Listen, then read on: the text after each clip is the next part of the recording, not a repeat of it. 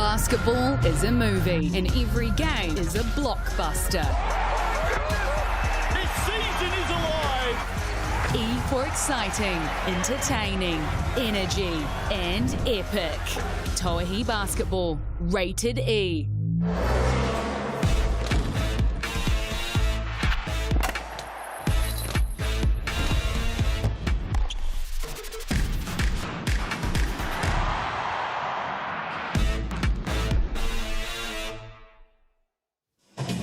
Tēnā koutou katoa e te whānau nau mai, haere mai ki o te pōti. Welcome into the Edgar Centre in Dunedin for the Sky Broadband Rapid League game between the Southern Hoiho and the Tauranga Whai. I'm Taylor Johnson. Joining me is Kason Bookman. Kia ora. Kia ora, how's it going? I'm excited for the game tonight. Interested to see how both these teams go, as they both have the same record in Rapid League. However, in the Tauihi League, the Hoiho are struggling to find their first win. As you can see from the ladder here, Kahu dominating at the top with the Whai not far behind, and the Hoiho in third place. So in their Rapid League, this is keeping them afloat at the moment. And then you've got the Puakai in fourth and the Tukumanawa Queens in last place. Let's take a look at the Spy team, the starting five for the visitors. They obviously just played on Friday night. They got a win over the Queens, 39 points to 24. Smiler, Rogers, well, the Rogers sisters have been fantastic. Sophie and Emma, with Dale and Langton there as well. Anyone setting out for you in the Spy team? Oh, I mean, they're just such a strong, they've got a strong core there with McKenna Dale as a shooter, and then you've got the Rogers sisters who are just beasts inside, and then you've got Eva Langton who can shoot it from deep, so they're tough to beat. The Southern Hoiho starting five in the Sky Broadband Rapid League: D'Angelo, Mitchell, Simpson, Harris and O'Connell. And plenty of players who have been there for a couple of years and know each other well. Oh, absolutely. They've got the chemistry down pat. These girls play with each other all the time, so they know each other well, and they have a strong front. And you can see here in the head-to-head, Rogers and Mitchell both averaging quite high points per game in a Rapid League, considering it's such a short game. Dunn and Langton cleaning up the boards well. Field goal percentage a little bit shy for the Whai, but they make up for it in the three-point percentage, shooting almost 35% compared to 40 for the Hoiho. The Chemist Warehouse head-to-head stats in the Sky Broadband Rapid League. As we mentioned, the Hoiho haven't had any success in the Tauihi League, but they are getting a couple of wins here in the Rapid League, as we see the ball girl bringing on the ball. Always going to take the photo. I love the backpack. Too young for the gram, but for mum and dad. Absolutely. It's good to see the little kids out there seeing these women play, inspiring them to maybe jump in the league when they're a bit older. The night and day sponsorship, got to get that bag placement in there. So both teams playing in blue. Well, teal for the Whai and of course for the Hoiho. And the blue and gold in first possession goes to the Whai. Just looking to feel each other out at first. Finding some space. So the Whai just getting some ball movement around. A lot of chit-chat on the court there. You can certainly hear it, Kason. Oh, absolutely. They just look a little bit out of sync in the first opening possession, and then an early foul there from, I believe, one of the Rogers sisters. But you can see from the beginning, an early dribble picked up by the Whai kind of got the offense in a stagnation, and then turned it over. Hoiho hopefully capitalize in this possession. Harris inbounds to D'Angelo, who, interesting to see how many minutes she plays here, because they do use her quite a bit in the Tauihi League. Spin around and just couldn't get the finish, was Caitlin O'Connell, but I like what I saw. A great push there by the Rogers sisters again, looking to push the pace as this Whai team likes to do. The three-point attempt from the top of the arc, couldn't get there, but McKenna Dale hustled for the rebound, so a second opportunity. This time Langton spins around, block though, coming in from Mitchell. Oh, what a great defensive set there from the Hoiho. A better look offensively from the Whai, but again, just hard to penetrate this Hoiho defense. Yeah, that's not allowed. Unfortunately, on that play, you've got to... Oh, who crossed the line? Oh, the Hoiho crossed the baseline. My bad. I thought Rogers was getting called for shifting on the baseline. things you're not allowed to do. You have to stay set when throwing it inbounds unless it's on a made basket. Well, I think there's a bit of confusion all around because everyone's looking at each other. Yeah, I'm not too sure what's going on. Just talk about the last play from McKenna Dale. She's using her height well underneath the basket, cleaning up the boards both offensively and defensively. Also getting tasked with guarding some bigs underneath. And she's not that big herself, but she is tall, she's long, and she uses her height to her advantage. Eventually get the ball to Smiler. And another whistle on the play. I think it might be the shot clock here, or the game clock. Oh, yep. Looks like the game clock is just slightly off. 3 minutes instead There we of 30 go. minutes. So we're in the Rapid League. We're not playing 30 minutes here. Yeah, that would be the entire game. Plus a few extra minutes. Take 3. Let's go. Rogers gets it to Smiler, and while the shot clock ran out because they took so long, but I think we're going to have to start this one again because we're going to have a take 4, Kaysen. Take 4, you know, everyone's getting the wrinkles out for this Rapid League game. Let's get it all out here and not have it for the Tauihi game. I'm pretty sure there was about 6 seconds left on the shot clock. I think they're running out of options here as well because they've gone to different people each time. McKenna Dale for the first points of the Rapid League game eventually. I'm going to think they saw every single out-of-bounds play they had in their book. So the Southern Hoiho looking for a reply to McKenna Dale's first points of the game. Good ball handling there. Coming in from Millie Simpson, the long-range 3, and she banks it. Tyler Mitchell. You've got to look out for her because when she gets going from 3, she can really get it going. Shooting 46% in the Rapid League. 5 for 11 over the last 3 games. Well, that's her 6th three-pointer of the season. Get the ball in her hands. Absolutely, Tyler Mitchell. Obviously down here studying in Dunedin from Hamilton Girls High School. She's from an amazing small town called Tauihi. They really breed them tough down there. Oh yeah, I can imagine. What's the saying? South hard? Hard south? I don't know. I made that up. And now we've got another... Yeah, it's the game clock again.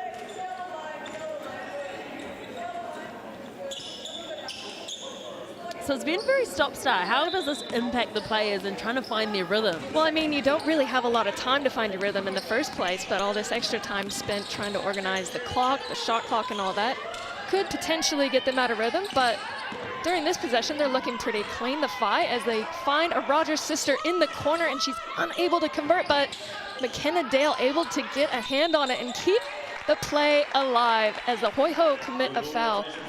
Great effort there from the FI. So again, even if the offense isn't clicking for them per se, they're crashing the boards, they're giving themselves the second chance opportunity. And there too, we saw quite a lot of good, quick ball movement as well to try and find some players without defenders on them. Swatted away as well from D'Angelo. Yeah, great defensive set there from D'Angelo. A little bit of miscommunication from the FI. But like you said, a lot of stop-start, not a lot of flow happening right now. And this FI team definitely thrives with flowing and keeping the game at a fast pace. Highland feeds to McKenna Dale, just quick turn and shoot. Well, again, almost got another offensive rebound, the FI, but D'Angelo able to clean up the board.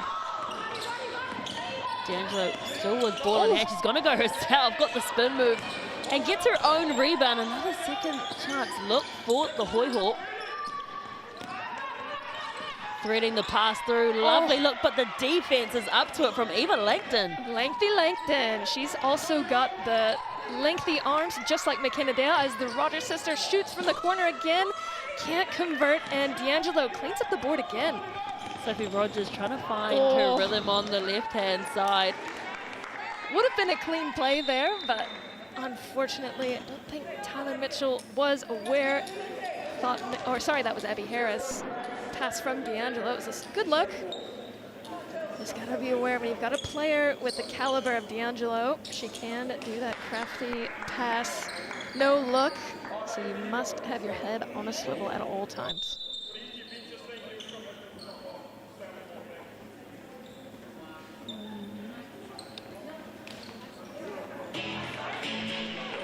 we have another issue with the clock, I believe. So, yeah, because we don't have timeouts in the Rapid League, and it's not a player timeout. Usually by now we'd be deep into the second quarter. No, not a player timeout, because as you can see, the coaches are there, and they're not allowed to talk in the player timeouts. It's all up to the players, so we're just fixing the game clock here, so we might as well talk about the game coming up next, the Hoiho versus the Whai. But before that, let's talk about pizza. Large 100 pepperoni black garlic pizza. If you've got kids at home, like Casey Frank says, order one of those and entertain them by making them tick out every single piece of pepperoni there and count it for you. Surely there's not actually 100 on there. Hey, ask Casey Frank's kids. Yeah, Casey. They'll know the answer. Let us know. Order one tonight. Count it up. Let us know. So scan that QR code, and it's valid until Thursday next week. Yeah, coming up, we've got a very big game. The Hoiho searching for their first win of the season. The Whai wanting to bounce back after a disappointing loss on Friday. But we're back underway. The game clock is clocking.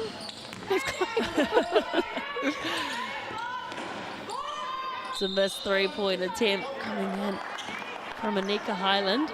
So the Whai really looking at those three-point attempts as they average about 16 per game. I think they're at about 4 at the moment. So getting their shots up, the Hoiho need to get out and not let them get hot from behind the arc. Threading the ball through to Abby Harris. She seems to find herself in space a lot. Just getting the foul there against her as well. So the Whai will inbound. Yeah, again, not quite sure. It was a bit on the soft side, that foul, but hard to see from this angle. And again, just there's not really much flow happening at the moment. It's very much a stop-start game here. So a little bit of mental resilience is going to be required from both teams to try and find that rhythm. Try to get some points up on the board. Oh, Langton, oh, tough finish from Langton, and she gets the fist pump too. Oh, I love Eva's game. She's so strong, and she's being a lefty, you've got an advantage, right? Because everybody else is right-handed for the most part, and she uses her length well. As you see here, coming off that screen, she's got the body, got the left-hand finish, and she can shoot it from outside as well, so she's a double threat.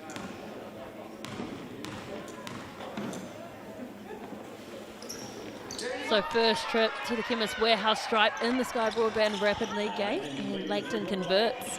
She's not been shooting so well from the free throw line in Rapid League as Chelsea D'Angelo answers back with a quick 2. And as I was saying, Eva Langton shooting 25% from free throws, so hopefully that'll bump her up a little bit more, making that free throw attempt as she gets another drive and another foul, reach in foul. I believe it's going to be on. I'm not sure who that's on, but finding her way to the Chemist Warehouse stripe again to hopefully bump up that free throw percentage just a little bit more. Well, it's 5 apiece at the moment, and it has really been a stop-start game. Quite the opposite from Rapid. Yeah, very not Rapid this game. But by no fault of the players. No. Just some technical issues, but let's hope the next 3 quarters a lot faster. She'll be glad to see those go in. She'll bump her way up in her free throw percentage rapidly. The Whai leading by 2 points, as you mentioned earlier, both with 2 wins and a loss each. Sitting second and third respectively on the Tauihi ladder, just trying to bully her way through was Aaliyah Dunn. Missed that shot. Doing well to reel that ball in was Emma Rogers. I'm not sure why she pulled that out. I would have liked to see her, I guess, holding it for the last possession, but at this stage in the game, the way the first quarter's been going, I would have liked to see her drive that to the hoop. Last attempt in the game, you would think, for Anika Highland. Oh, just a hand shot too. Buzzer beaters not to be, so 7 points to 5. It is a 2-point lead at the moment for the Toad on the 5. Yeah, so talking about the Whai, they're shooting from the field. They're shooting about 14%, not that great. The Hoiho shooting 25%. They're 1 for 1 from behind the arc. And the Phi have yet to sink a three-pointer. They're 0 for 4. Have not made any trips to the Chemist Warehouse stripe, whereas the Hoiho have, oh, that's a lie. They have gone to the free throw stripe. That's my fault. Stats just haven't updated yet. And the Hoiho are 0 for 1 from the Chemist Warehouse stripe. Sky Broadband Rapid League you're watching here. The FIBA starter pack is a lot faster than this game that you're watching at the moment. You can get that from $27.50 a month.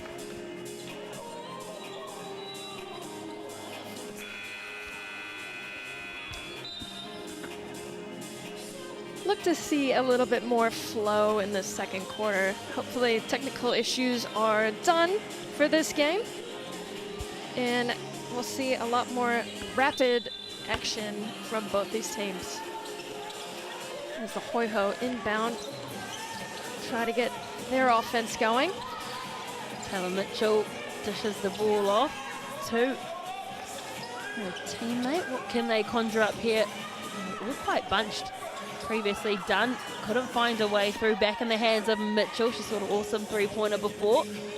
Also searching for a three was Gallagher. Oh, a deep three as well. Great look. But Mitchell unable to convert, and Langton. Oh, And the attempt at the intercept was almost there. Lovely reach from O'Connell. Just didn't quite have enough inches there. We'll try to give and get from the fight. Just went over the head. offensive foul called on Eva Langton, trying to get Anika Highland open. Might have just given a little bit extra. The refs are really looking for that. Making sure you stay in your cylinder when you're setting those on-ball screens is super important because they will call you, and even if it's just a slight movement of the hip, you're gonna get called. So if you're gonna do it, you gotta be a little bit sneaky about it. Molly Simpson gets the ball back inside to O'Connell, and yet another foul. So if it's not the shot clock being top start, it's the fouls. Yeah, it's the fouls. Now I think Anika Highland was just a little tall on that defensively. Had she been a little lower, center of gravity, she might have got away with that. But the hip check was called in the end.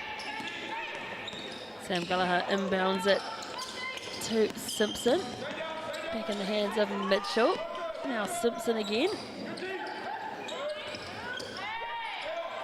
Lots of ball movement here at the moment. No one really driving, so she nominates herself, tries to go for the reverse and doesn't get it, but will take a trip to the Chemist Warehouse strike. Yeah, absolutely. A great look there on the reverse. Not much happening. I would love to see Aaliyah Dunn use her size a little bit better inside. She's floating around the free throw line at the moment, but she's definitely got the height. She's got the strength to just sit in the low block, try to post up, and try and get an easy look.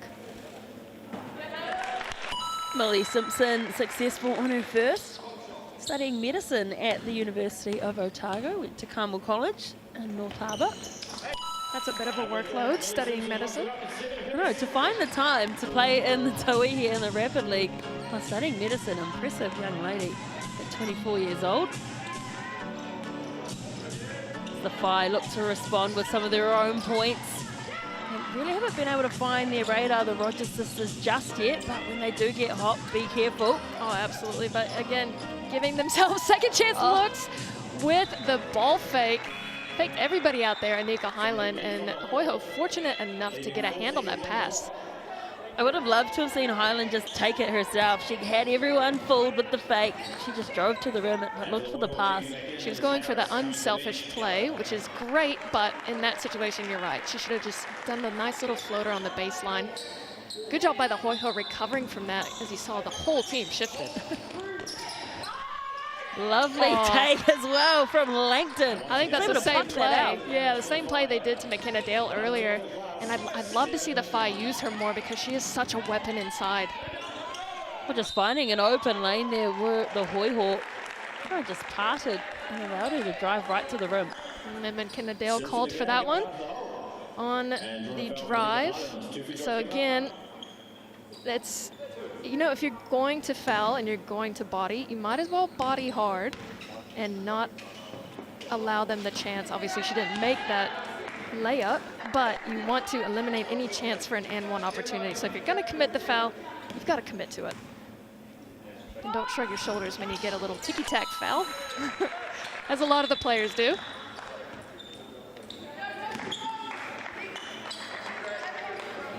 Rolling on the substitutions, both teams remembering they do have a game after this. At the moment, it is a very tight contest, just 1 point the difference with the visiting team in the lead.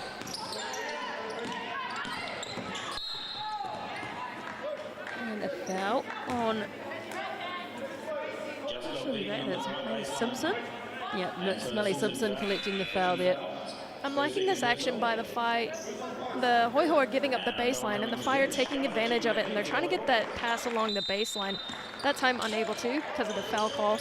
But again, doing a great job offensively, penetrating as McKenna Dale pops for three, and you know she can knock those down, but not today.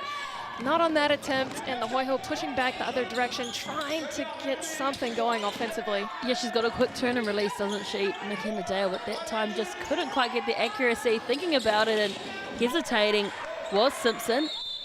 And trying to hustle hard for the rebound was Gallagher, but just got overzealous. So we'll go back to the fight. Yeah, again, I don't mind that from Gallagher, you know. Put the pressure on the youngsters, use her veteran presence, try and generate a few turnovers. But these Rogers sisters have really shown some maturity in this league. They are not scared of anyone. I love that from them. They're tenacious. As you see the drive here from Emma Rogers, what a take. And she hits the deck hard. Hopefully, yep, nothing too serious, but what a drive there from the youngster. Emma Rogers, just 16 years old from Aquinas College. Defensive Player of the Tournament in the 2024 New Zealand Secondary Schools Tournament. And her sister was the leading scorer in the tournament. So if you're the Rogers parents, you're very proud. You've got one very astute on attack, one equally as good on defense. Yeah. But both well-rounded players. I mean, she still averaged 19 points a game. So, I mean, they both can score. And obviously, Emma's a little bit stronger defensively, but man, they are an impressive duo, these two. Extends the lead for her team as well at the Chemist Warehouse strike. Holly Simpson looking to go quickly, minute and a half left in this half of Rapid League. Dunn, as you said, looking to use her big body and gets there eventually. There she goes. That was beautifully done. The patience, the drive, excellent work from Dunn. McKenna Dale, the quick pull-up. I don't mind that from her, because when she gets that ball in her shooting pocket, she is ace. Simpson gets it to Dunn. As we know, a very talented netballer is Aaliyah Dunn. Gallagher, some good ball movement. Mitchell for three. Oh. And that's it. Back-to-back triples for Mitchell. You cannot leave her open. She is a three-point specialist, and I love to see her get going from beyond the arc. Great for this Hoiho squad, giving them the 2-point lead. Mismatch in size, but not a mismatch in heart coming in from Tauranga by Emma Rogers. Did not hesitate whatsoever seeing the big frame of Dunn in front of her. Oh, absolutely not. Like we said earlier, they're not afraid of anybody. They'll go up against anyone, and she, with her left, is so strong. So to see her develop and to continue to develop is exciting for the future of New Zealand basketball. Unable to convert on the and one play. And Hoiho clean up the board, and they're going to use their BNZ player timeout. So again, during this BNZ player timeout, they are not allowed to go to the bench, players only, and they have a bit of time, and they have one per half. Great innovation in this, and if you have your phone out, make sure you scan that, because we take a BNZ player timeout here, so it's your chance to win some tickets with BNZ's Ticket to the Big Game. Thanks to BNZ, there are 5,000 tickets to give away to school groups, sports groups and community groups to come along and see a Tauihi game as well as a Rapid League game. Scan that QR code on screen, fill out the details and grab your tickets. How good. Big thank you to BNZ. The Hoiho looking to finish this half strong. At the moment, we're all tied up, 13 points apiece. They go to the veteran, but she's fouled, and I'm not happy about it. The fight. Oh man, that was a great drive there from Mitchell. Good job drawing the foul. Eva Langton obviously not stoked with the call, but here we are. It has been called, and Tyler Mitchell will see herself at the Chemist Warehouse strike, where she is currently shooting 100% so far. And I You knew just that was jinxed it. You just jinxed it. I shouldn't have even looked. Up to that point, she was 100%. Her three-point shooting this season has been very good in the Rapid League. And she has given her team a 1-point advantage.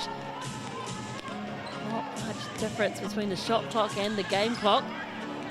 Fine. Oh, yep. Heads up play there by Emma Rogers to burn a little bit of time off the clock and then use the BNZ player timeout.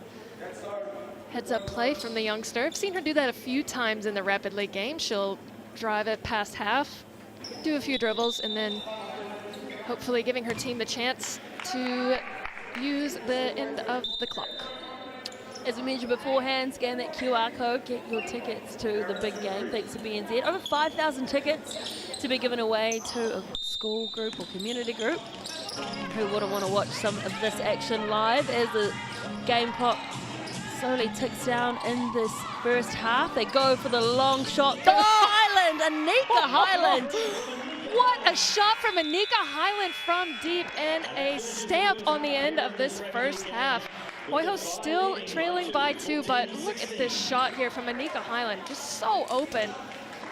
Gallagher dropped deep into help and left Anika Highland open. What a beautiful shot. Halftime here, 16 points to 14.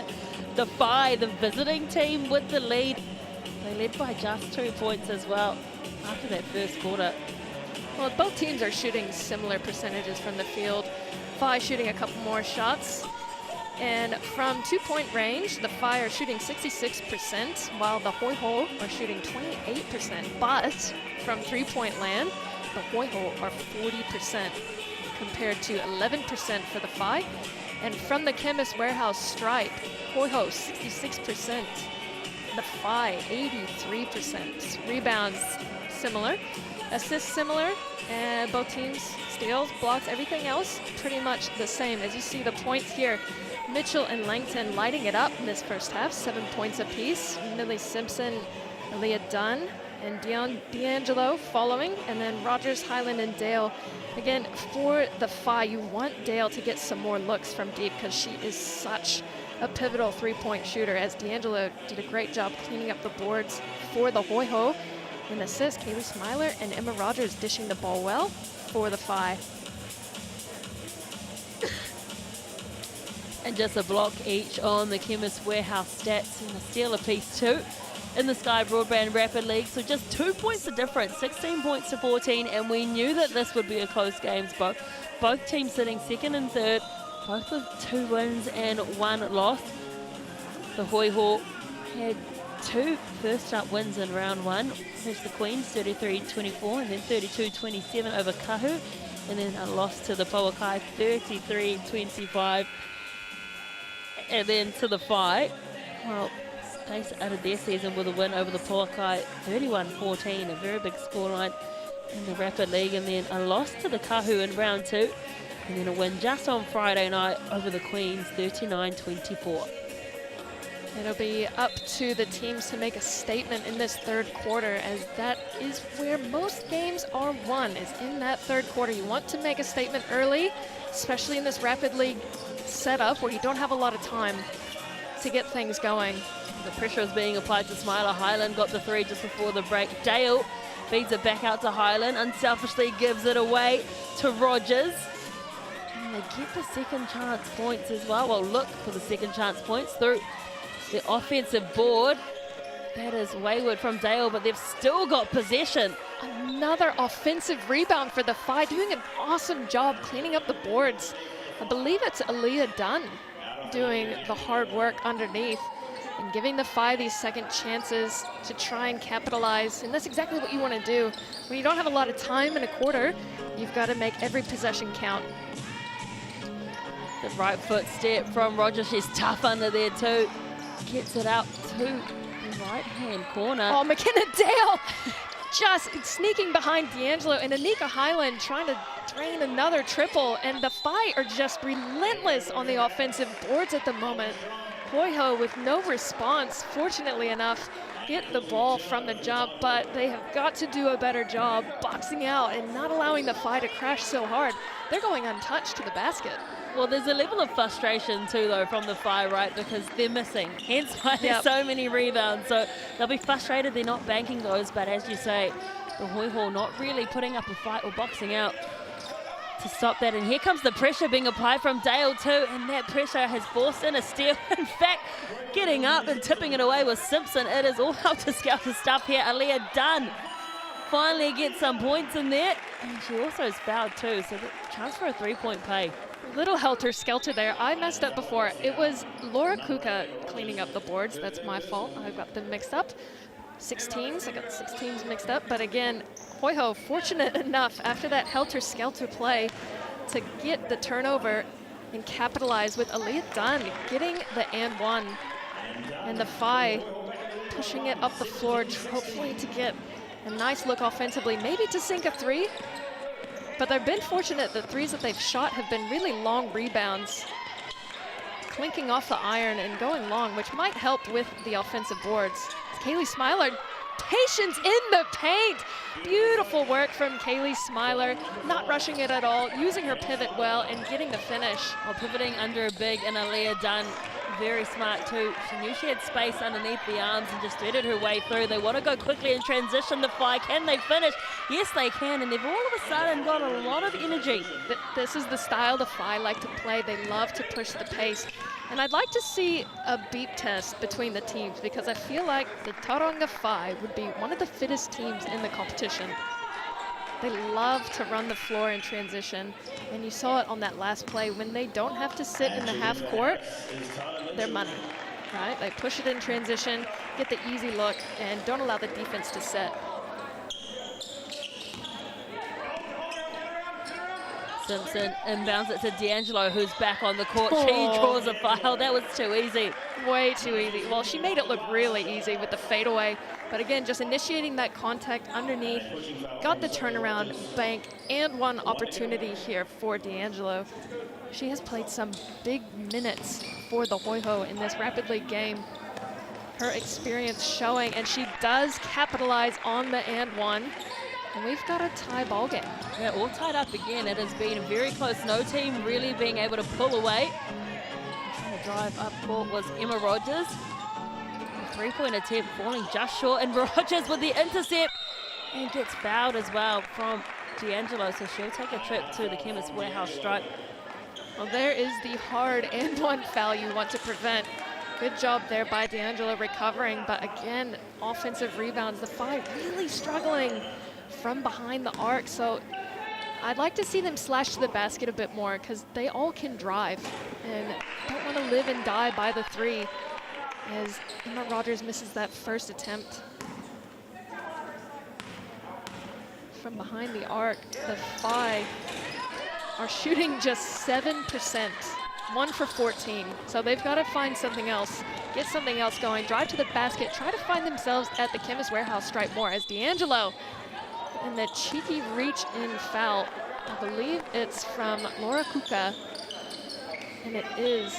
So D'Angelo will be at the Chemist Warehouse stripe this time. She just decided to go herself because a lot of her players are all quite bunched together and stagnant. No one really providing any options on offense. And in the end, she draws the foul herself and takes a trip to the Chemist Warehouse stripe. And a couple more fouls creeping into this game.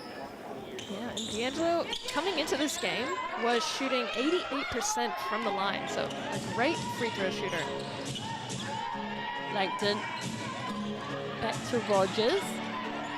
Looking for the fake, trying to thread her way through. Langton for three. Oh, they'll be glad to see that one go in the hoop. Oh man, from 7% to hopefully above double digits. Great shot from Langton. Again, she can really get this team going. Try to find her on the perimeter or get her the drive. Great look. Well, they didn't shy away, right? No. Like, as you mentioned, we're shooting at 7%. The game's still very much in the balance. Backed herself and scored, and well, flirting with the out of bounds. There were the Hoiho losing their handles as D'Angelo. They just try to do a little bit too much on that play as the previous 2 to 3 possessions She's been able to get the drive to the basket pretty much uncontested. But on that play, great defense from the Phi, and she just tried to do a little too much with that dribble, lost the handle, and ended up in a turnover. Kuka, Tauranga local there, firing the three away. Sophie Rogers back onto the court. Great box I out. was going to say, there's the box out you were looking for. You might as well just clear her into the bleachers. Well done. She's never going to get that board, especially when you've got Langton, and she's got the length over Gallagher for sure. Gallagher did a great job. Again, just veteran moves there from Gallagher. There goes Caitlin O'Connell, and they've just given that away with a turnover. So 36.8 seconds left in this third quarter of the Rapid League. A couple of costly turnovers in the Rapid League can cost a team a lot because there's so little time to make up for those turnovers. So the Hoiho need to do a better job taking care of the ball. As there might be a foul on the screen from Millie Simpson. So just a little too aggressive on that screen. I don't mind that though. But again, the coin officials are definitely looking for that. When the ball is in the player's hand and you're going towards the screen, obviously they're going to have all eyes on you. As the ball goes into Langton, and she goes to work with the right, but can't get it to go. The Phi cleaning up the boards again, sneaking behind. It's Laura Kuka. She's on about 3 or 4 offensive rebounds at the moment. And she's been good since coming off the bench, has Laura Kuka, and then good movement as well. Langton for another three-point attempt. She's feeling confident. But they've used up the game clock. Oh yeah, the game clock. I was like, wait a minute. Yep, no, game clock. So we are heading into the fourth quarter. So fast. The Tauranga Phi, again, they have held the lead going into every quarter so far in this game. In the first quarter, they led by 2. The second, they led by 2. This time, they lead by 3. So yeah, they've improved their three-point percentage in that third quarter from 7 to 12%. Shooting 75% from two-point range compared to the Hoiho's 40 and 40 from behind the arc. From the line, both teams shooting 70 and above. Rebounds, though, the Phi, they've got 15 compared to the Hoiho's 12. And again, a lot of those are offensive. And that's a big part of the reason why they're still in this game. And that's off the back of Laura Kuka doing a great job cleaning up those offensive boards, as she has 4 rebounds in total and they are all offensive. So amazing job from her coming off the bench and giving this team life on those offensive boards. She's only been on for 6.5 minutes compared to everyone else. Don't forget, you are watching the Sky Broadband Rapid League. You can get the FIBA starter package from just $27.50. And you can use your Sky Broadband to watch the next Tauihi game, which will be live streamed on TikTok. Take us with you wherever you're going this afternoon. We've got 4 minutes left to go in this Rapid League game, and it is the Tauranga Phi currently with the lead, but it has been a very tightly contested game. Oh. The Smiler banks 3, and that's a confident start heading into the last quarter. What a beautiful job there. 2 guards up top, getting some action, that drive in, and just caught the defense asleep. And the closeout a little bit slow for the Hoiho. And the Phi improving that three-point percentage yet again. Gallagher, good footwork, steps back for the deep 2. Love that from her. What a shot. Got the defense on their heels and pulled up. And now we've got a 4-point game. Another 3 Oh, no! they're getting hot now outside the perimeter. Oh, shooters are going to shoot, and you can't let them get hot. Yeah, they've been cold to start the game, but it's all about how you finish, and they are finishing strong from behind the arc as Gallagher drives in and is going to find herself at the Chemist Warehouse stripe, taking it up against the young Sophie Rogers. Well, she's using her experience, isn't she? They had that triple down the end, and then she came back with a deep 2, and then they just got another 3-pointer to the Tauranga Phi, and then decided to just charge towards the rim. Well, just like that, the Phi went from sinking 1 3-pointer in the first 3 quarters to now they've got 3 or 4 under their belt. And on this possession, the Hoiho need to get a stop and definitely not give up another three-pointer. And that will be a dagger to them if the Phi are able to do that. Phi at the moment just outside the arc looking for some options. A deep three coming in from Leng. She drains the triple. I was just going to say they've got no inside presence. They're running a 5 out, but why not? You're banking it from 3. As Dunn goes to the hoop, uses her body well. Great job for the Hoiho. As the time is ticking down, we now have a 9-point game. So the Hoiho need an answer here. They need Dunn to knock down these 2 free throw attempts. Try to keep them within reach in this Rapid League game. This Tauihi Phi team, I want to know what was said in that quarter, because all of a sudden they came out with all the confidence. Well, like we said earlier, shooters are going to shoot no matter if they're cold. They're going to keep letting it fly, and they are eventually going to drop, especially when you've got the likes of Langton, Dale, and the Rogers sisters, and Kaylee Smiler. They're just a huge threat from behind the arc. 6 points of difference. Applying some pressure up the court, the Hoiho on young Emma Rogers, just 16 years old, certainly holding her own in this game. Getting a hand to it was Caitlin O'Connell. Yeah, it's a good job there by Caitlin O'Connell defensively. Active hands, not allowing those easy passes out to the three-point line, which is exactly what this Hoiho need to do. They need to try to generate some turnovers and not give them any open looks. Dale gets it to Langton. Now in the hands of Highland, and there's a foul. Yeah, I'm not a big fan of that reaching foul. Again, just stopping the clock, which is good for them, but any more fouls, they're going to find themselves at the Chemist Warehouse stripe. And you don't want to give them any freebies. Pressure trying to be applied here by the Hoiho. Just good ball movement at the moment for the Phi, leaving some open players. Langton with the side step. And then shot clock was running out. Well, that looked like it went through, didn't? Oh, it looked good. I thought that was in, and that could have been trouble for this Hoiho team. Fortunately for them, shot clock violation, and they're going back the other way. Well, good defensive set from the Hoiho. They were hustling hard, a little bit overzealous, as we mentioned, a couple of times, giving away some fouls, but in the end, it paid dividends. They need to get a quick look here offensively, try to get an early score, not burn too much of the clock, as they are still down by 7. We haven't seen D'Angelo come back into the game. Certainly beat of youth at present, miscommunication, but Mitchell tidies. And this time they weren't allowed to get the offensive board. The Phi cleaning up, bringing it up court. Oh, she'll pull that. Highland. Breaking the 3 points. Yeah, the 3-point streak there. I don't mind that look from Anika Highland. Why not? You're wide open, nobody's guarding you. That's the time to pull it. And you've got a comfortable lead, so why not? Yeah, healthy lead at the moment, 7 points. Again, the Hoiho. I like this pressure from the Phi, causing them to burn some time off the clock, which is not their friend at the moment.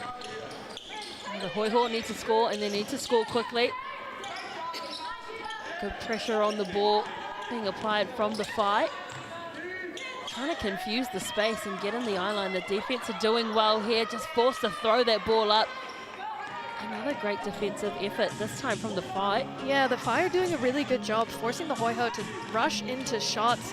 Again, not showing much patience in the paint as Emma Rogers drives it in.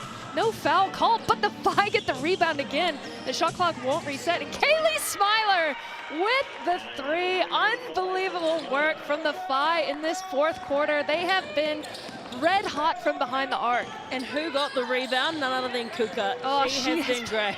She has been pivotal for this Phi team.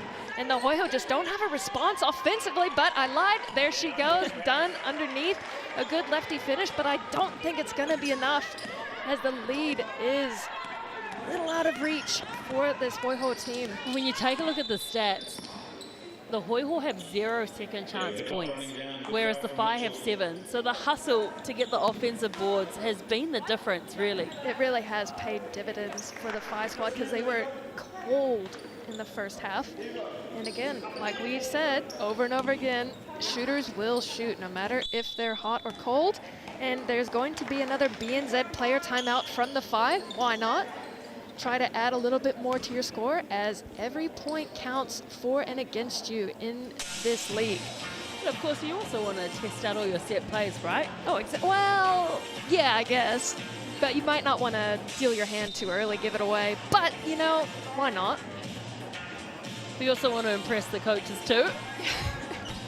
And there's a ticket to the big game there. Make sure you get your phones out and scan that QR code. There's over 5,000 tickets to give away thanks to BNZ. So sign up your community group or your sports team or your local club. Oh, here's going to be a three-pointer. Maybe. No. Nika Highland again from 3, and Langton there to clean up the boards. Another offensive rebound for the 5. That is going to be something that the Hoiho are going to need to discuss going into the Tauihi game, as the 5 just, oh, Nika Highland again, short.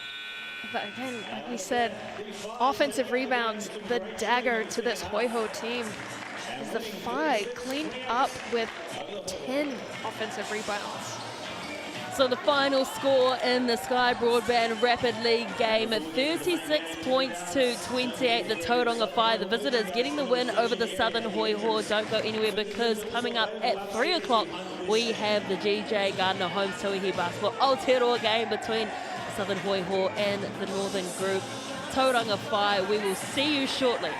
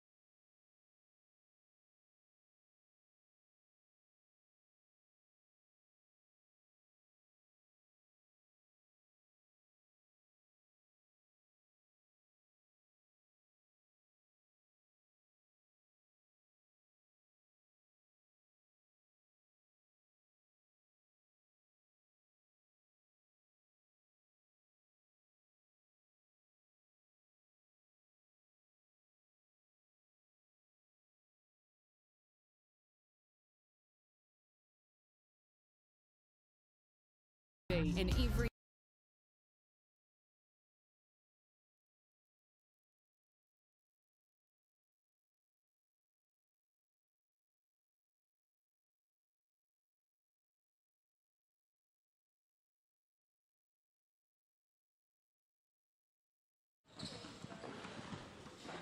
Okay, if you're all happy, good to go. And go Machi. Right, Coach, well, tough loss on Friday night.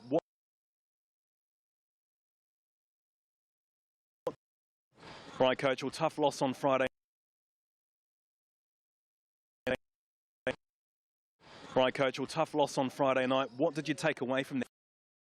Confident in her capabilities, and I think she's going to have a good game against her former team today. Cheers and good luck. Thank you.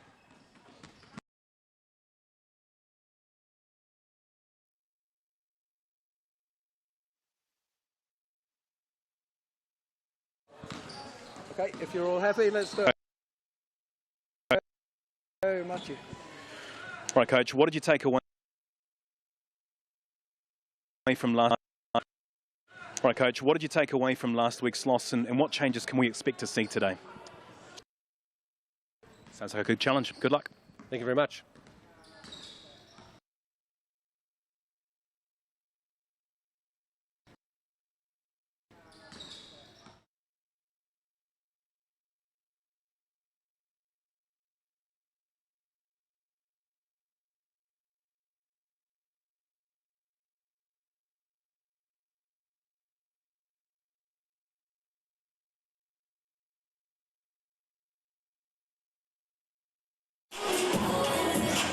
basketball is a movie, and every game is a blockbuster.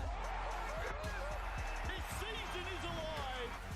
E for exciting, entertaining, energy, and epic. Tauihi Basketball, rated E.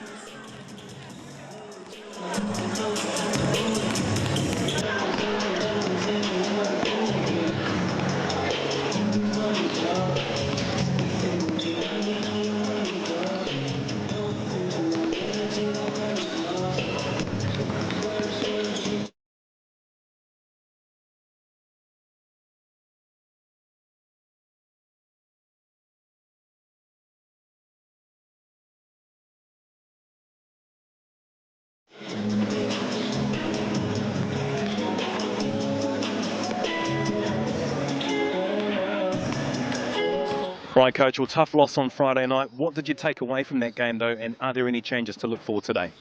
Yeah, it was a tough loss. Great game, to be fair. I think it's a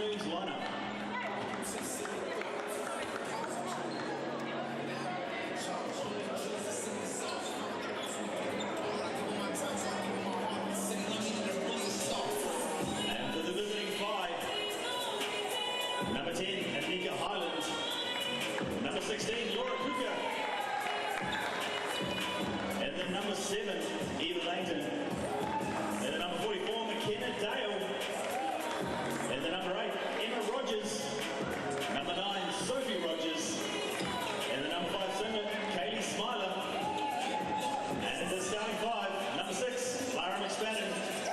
Number 14, Leanne Snyder. Number 20, Ashley Jones. Number 11, Jane Kirasumi. And number 4, Gladys Hokianga. And now your home team, the Southern Hoiho. Put your hands together for number 5, Caitlin O'Connell. Number 14, Abby Harris. Number 6, Millie Simpson. Number 16, Alia Dunn. Number 7, Tyler Mitchell. Number 4, Chelsea D'Angelo. Number 9, and the captain, Samara Gallagher. And into your starting 5, number 24, Zoe Richards. Number 3, Alice Hurst. Number 22, Paige Bradley. Number 15, Samantha Bowman. And in the 23, Natalie Cho.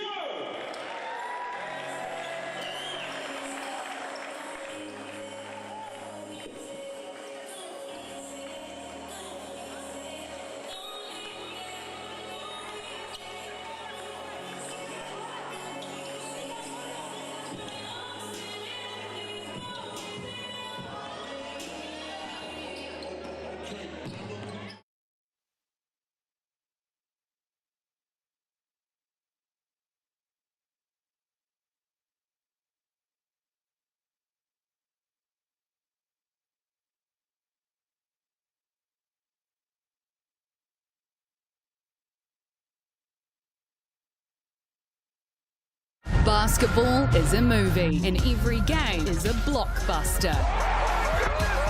This season is alive. E for exciting, entertaining, energy, and epic. Tauihi Basketball, rated E. Help me up, never let it fall. Help me roar like an animal. Back to the bone.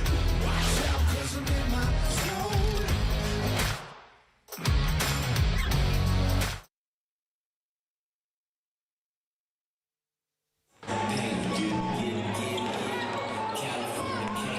Tēnā koutou katoa e te whānau, no mai haere mai ki o te poti. Welcome into the Edgar Centre in Dunedin for the GJ Gardner Home Tauihi Basketball Aotearoa game. Southern Hoiho will host the Northern Group Tauranga Whai. The Southern Hoiho looking for their first win of the season, 0-3 at the moment with a fight. Now their second game in 3 days after going down narrowly to the Queens, 92-90 on Friday night. I'm Taylor Johnson, and joining me is Kaysen Bookman for her expert analysis. Tēnā koe, Kaysen, and look, what are your thoughts ahead of this match? Can the Hoiho pull through, or will the Whai get up? Well, I don't know. The Whai they're going to have a fire under their bums from their loss on Friday night. But the Hoiho, they are going to be coming in a little bit more fresh. They need a little bit of urgency, as it is not dire times, but they are desperate for their first win. And if they could get one tonight, that would put them in a much better position on the ladder. Well, everyone loves free pizza. I love free stuff. So get your phone out and be part of the mixandpick.com. Guessing as to who will win the game. Will it be the Hoiho? While only 29% of people are backing the home side, as the vast majority are backing the Whai, and why wouldn't you after their very good game against the Queens on Friday night? Jones dropping 32 points. She has been in some kind of form. And let's take a look at the Tauihi ladder, as it is, well, the Kahu dished their first loss of the season, and a shock one at that as well, at the hands of the Pokai. And the Pokai just had all cylinders firing in that game. They came to play. You could tell they were determined from the get-go, and the Kahu just started that game off a little bit slower than they normally do, but they did fight till the very end, and they did a great job sticking in the game. Just unfortunate for them. Amari Thomas tying the record with 37 points in that game. 37. That's pretty big numbers from Thomas, but we expect nothing less from her. Absolutely racking up the points in that game for sure. And next week, well, we're at the end of round 3 with this game. Round 4 looks like the Kahu hosting the mainland Poakai. Tauranga Whai will host the Queens, and the mainland Poakai have the double in that one. They will play the Southern Hoiho, so the Hoiho have a 7-day turnaround, the Whai with 6 days. But I love that there's another matchup between the Kahu and the Poakai straight away. Yeah, and again, it'll be interesting to see how the Poakai can back up that win, as I believe that was the first time they've beat the Kahu in this competition. And you know Jody Cameron's going to go back into training and, you know, wake the team up and say, okay, this is what we're going to take away from that loss. And I think you're going to see a much different Kahu team to start that game. I'm excited for that one. Speaking of starting fives, let's take a look at the Northern Group Tauranga Whai starting 5 for this game, and it's exactly what we expected. Hokianga, Kirasumi, Jones, Snyder, and McSpadden. I mean, a lot of those ladies have stood up in the opening 3 rounds. Who has been your favourite? Oh man, it's a tie between Jones and McSpadden. I love the 1-2 punch between those two. If you just look at Jones, she is built like a freak athlete, but McSpadden has got to be one of my favorite bigs in the competition. The way she runs the floor, she can handle the ball as well, so she can take it coast to coast, and she hustles on every single play, cleaning up the board. She's putting on an absolute clinic. I believe she had 17 rebounds in that game against the Queens. So again, she is just a beast on the boards, and I love her hustle. But again, I like the defense from Hokianga and Kirasome, and I would love to see Snyder get going, as we know she can do. Well, we went inside the Tauranga Whai camp just before this. Let's hear from their head coach. Right, Coach, well, tough loss on Friday night. What did you take away from that game, though, and are there any changes to look for today? Yeah, it was a tough loss. Great game, to be fair. I think it's a spectator would have been fun to watch. We're down 16 at half, didn't panic. For us, it's staying the course to what we do. It's a make or miss league. The Queens made some really tough shots in the first half, and we just stayed the course. We knew we were going to have a run in ourselves, and came right back into it. Had a couple of chances to win it at the end. Unfortunately, didn't go our way. So quick turnaround, and here we are 2 days later. Lena Snyder obviously has had a bit of a slower start than expected to start the season. What are the plans to get her going and seeing more shots? Yeah, look, to be honest with you, nothing is changing for us. We know what Lena can do. She knows what she can do. Obviously, on this team, we've got so many weapons, so she's still trying to find her role a little bit, but we're not really worried. Like, we're more than confident in her capabilities, and I think she's going to have a good game against her former team today. Cheers and good luck. Thank you. As he mentioned, Snyder coming up against her old team, played for the Hoiho in 2022. It's the highest score in 2022 as well, made the All-Star 5. But let's take a look at the home team, the Southern Hoiho, who are searching for their first win of the season. And again, plenty of impressive players there. We've got Chow, Bowman, Bradley, Hurst and Richards, and you'd have to say Elise Hurst needs to have a big game and find her range in order to keep up with this Spy team. Oh, absolutely. The three-pointers for this Hoiho team is what kind of sets them apart from others. I mean, they've got some prolific shooters that haven't been able to get going. And again, I think we still haven't seen the best from Cho as well, but she's got a tough assignment tonight guarding Ashley Jones. So it'll be interesting to see how that tough defensive assignment will translate to the offensive side of things. Well, we also caught up with their head coach, Todd Marshall, ahead of this. Let's hear his thoughts ahead of the game. Right, Coach, what did you take away from last week's loss, and what changes can we expect to see today? Just defensively, we didn't stay in the game long enough. Our defensive transition was woeful. You give up 22 points in defensive transition, you've got issues. So we've tried to address that this week, and I think we have, and we're soon going to find out. And Ashley Jones has obviously had a big start to the season for the Whai. Who has got the task of slowing her down today? Well, Nat Cho's going to get that task at the start, but no one player's going to be able to stop Ashley. So there's we've got team rules in place of when she's got the ball, what to do. But yeah, no, Nat Cho will start on Ashley. Sounds like a good challenge. Good luck. Thank you very much. Well, they've clearly talked about Ashley Jones and what she brings in. Nacho has a lot of a lot of work on her hands today. Oh, absolutely. But like he said, there are team rules as to how they're going to defend, how they're going to shift, and that'll be key for them to try and shut her down and limit her trips to the free throw line, as she's gone to the stripe 41 times in 3 games. So she loves it there. If they can keep her off that Chemist Warehouse stripe, they might have a chance of holding her under 30. Well, she's drawn 29 fouls this season, so she is #1 at doing that. And you can see why. You mentioned before she is an athlete when you look at her. But let's take a look at the Chemist Warehouse head-to-head and some of the stats leading into this one. And as you can see there, Jones almost 29 points a game. Paige Bradley, highest scorer for the Hoiho. It'll be up to her to have another big game, and she usually is pretty consistent, so we can count on that. But rebounds per game, you can see McSpadden dropping in 13 a game. Bowman not too far behind with nearly 10. Assists, Hokianga doing a great job dishing the ball as Bradley again. You see her name, hear her name a lot. And steals per game, Snyder and Bowman. But look to see Snyder. I feel like today is her day. She's going to get going, and she's going to help that team out. It's going to be tough for the Hoiho against this Whai squad who's got the 1-2 punch of Jones and McSpadden. McSpadden doing a great job cleaning up the boards, both sides of the ball. Again, Bowman is going to be on her, going to have a tough task trying to guard her tonight. Well, Snyder knows these rims well. She knows this court well and this venue. And so, as you mentioned, she could be feeling it tonight. Oh, yeah, especially against your older team. You want to kind of show out, make a statement like, yeah, you know, I was good for you guys, but I'm going to be better with this team. Maybe. I don't know if that's what she's thinking, but if it were me, I would want to make a statement. Welcome in to everyone watching live on Sky, and also to our online audience on TikTok. All our Sunday games in the Tauihi League are live on TikTok, so a big thank you for joining us. Referees Matthew Bathurst, Regan Ashley and Leo Shaw, the coin referees for this game. And speaking of referees, there has been a lot of whistle in the opening 3 games of 3 rounds, should I say, of the Tauihi competition. How do we avoid that and get more fluidity in the competition?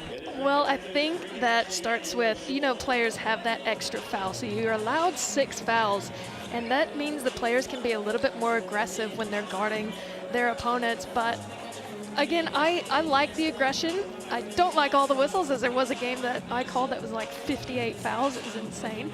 But just being smart defensively, you know you're going to commit some fouls. Just try not to have those ticky-tack fouls, those silly reach-in fouls that you know you shouldn't do, especially maybe you make a mistake on offense and you get frustrated and do a foul that's probably not appropriate for the time being. But again, it'll be interesting to see how these teams go head-to-head. And here goes the ball girl delivering the ball to Sam Bowman in the tall frame of Whai McSpadden. And so it is the Whai in their pink, teal and white strip, and the Hoiho in the blue. Tip-off underway, and first possession will be with the Tauranga Whai. An opportunity just to feel each other out, young 17-year-old Talis Hokianga in that point guard. You can see with the injuries sustained earlier, she has been given the keys to drive and looking confident early, just going in and out of the rim for Snyder. Looked like an early dagger for Snyder. Great offensive set there, setting the on-ball screen and then rolling and trying to get that look. It's a good look from the Whai. Cho got it away to Bowman. Hirsch, she'll need to have a big game today, Hirsch. And she draws the foul. Really foul up against Snyder. I believe that was against Kirasome. And you're going to get called for that every time. She had one hand on the hip and then her lead hand swiped down on the ball. It's a pretty obvious call for the coin officials, but a great job from Hurst slashing to the basket. And I think we're going to see a little bit more of that, especially as this Hoiho squad has been struggling from behind the arc. Yes, they're going to get their shots up, but look to see them attacking the rim more and trying to get these 5 players into foul trouble early. 2 from 2 early from the Chemist Warehouse striker. Early trip there for the Hoiho. Yeah, first to score in this game. Same Hokianga. play. Exactly. Same play. Oh, And again, the radar was just off, but you're right, they're going for that same play. So they're trying to unleash Snyder, as we mentioned, and as their coach said as well, they're just wanting to get her into the game. Yeah, the Hoiho need to do a better job communicating on that on-ball screen because she should not be that open just off of one screen. You've got to jump to the ball and try to deter that three-point shot from going in because Snyder can knock those down, and she will. Cho gets it to Bowman. Bowman goes and drives, kicks it back to Cho. She gets the fake, steps in. It's just going to bounce off the back of the rim. Rebound going the way of the Fire. Long look. She decided against it. Kirasome, tough battle under there. Hurst applying some great defense. In the end, it will be the Hoiho ball. Yeah, that was a great look underneath, just slightly strong on that pass, stretching Kirasome out to her fullest extent. Unable to convert on that play, but a good job by Ashley Jones, sticking with it and trying to get that second chance opportunity. Paige Bradley has Hokianga on her. That'll be a great battle between the experience and youth, and getting a finger to it were the fight, but still in the hands of the Hoiho. Good ball movement coming in from the Hoiho too, and a nice finish, Zoe Richards. I love Zoe Richards when she's under the basket. She looks like she's left-handed, but she is in fact right-handed. But you can tell she definitely favors the left hand when it's 2 feet in. What a great look and a great drive from Zoe. McSpanner was waiting for someone to move. Hokianga says, give the ball to me. Kicks it out again. Can she There make she the three? goes. There we go. Third time lucky. There she goes. You can tell the Fire really looking to get Lena Snyder going, and they did just that. What a look and a great dish from Hokianga. They're probably looking to get Snyder going too, to avoid all the defense going up on Jones, because we know she is going to score. Oh, absolutely. And it'll just show the depth of this Phi team. They've got scorers all around. Why not? Snyder back to back. Can't drain that three-point attempt. So she's got about the first 5 out of 6 attempts for the Phi squad today. You can tell she is trying to have herself a night. And I'm loving this pressure from the Phi defensively. Bradley pops up the 3, unable to convert, and it will be Phi ball going the other direction. Interesting tactic, isn't it? Not going for Jones straight away, going to Snyder, and that puts the defensive team in 2 minds. Oh, exactly, because you're going to expect them to go to Jones all day long, and Jones will get hers. But again, I like that from the Phi. Try to get other people going to take the pressure and the load off of Jones, as Kirasome fails that 3, and the Hoiho in the other direction. Hurst, coast to coast, gets the finish. No pressure from Hokianga. What a finish from Elise Hurst. And again, talk about another player you want to get going for this Hoiho squad. She's been a little bit silent in the first 3 games, but just like we talk about Lena Snyder, look for her to get going tonight as Jones pops it for 3. But none other than McKenna Dale to crash the offensive board, and again, misses the bunny and sticks with it. I love this from McKenna Dale. We're seeing so much more activity on the offensive boards from her this season. As Palace Hokianga with the left hand finish. What a shot from the youngster. Oh, great footwork as well. You see the confidence, and Paige Bradley wants to respond, and she does just that as well. And as I mentioned, that battle is going to be very good between, as I said, the youth and the experience. Just wants to go quickly in transition there. Had a great job. Just like you said, it's so cool for these youngsters to be playing against veteran players like Paige Bradley, who's got experience all over the world. She's such a solid player, and you'll see her just miss the Chemist Warehouse free throw as Jones cleans up the board. They'll be looking to push the pace here, the Phi. She gets it to Kirasome in the corner, who leaves it short. I wish they would fix that net. It is driving me crazy. Paige Bradley gets it away to Cho. 1-on-1 under the rim, McSpadden. Defense tested, spinning around and around while she had her going in circles. Great confident shot. That was great, and just that quick pivot back the other direction gave McSpadden a slight misstep and left it wide open underneath. Bowman and McSpadden obviously played together in the Rockhampton Cyclones in the NBL 1. They know each other very well. As Kirasome likes hanging out on that left-hand corner, gets it away to Jones for her first, looking for her first 3, should I say, but it's 0 from 2 outside the arc.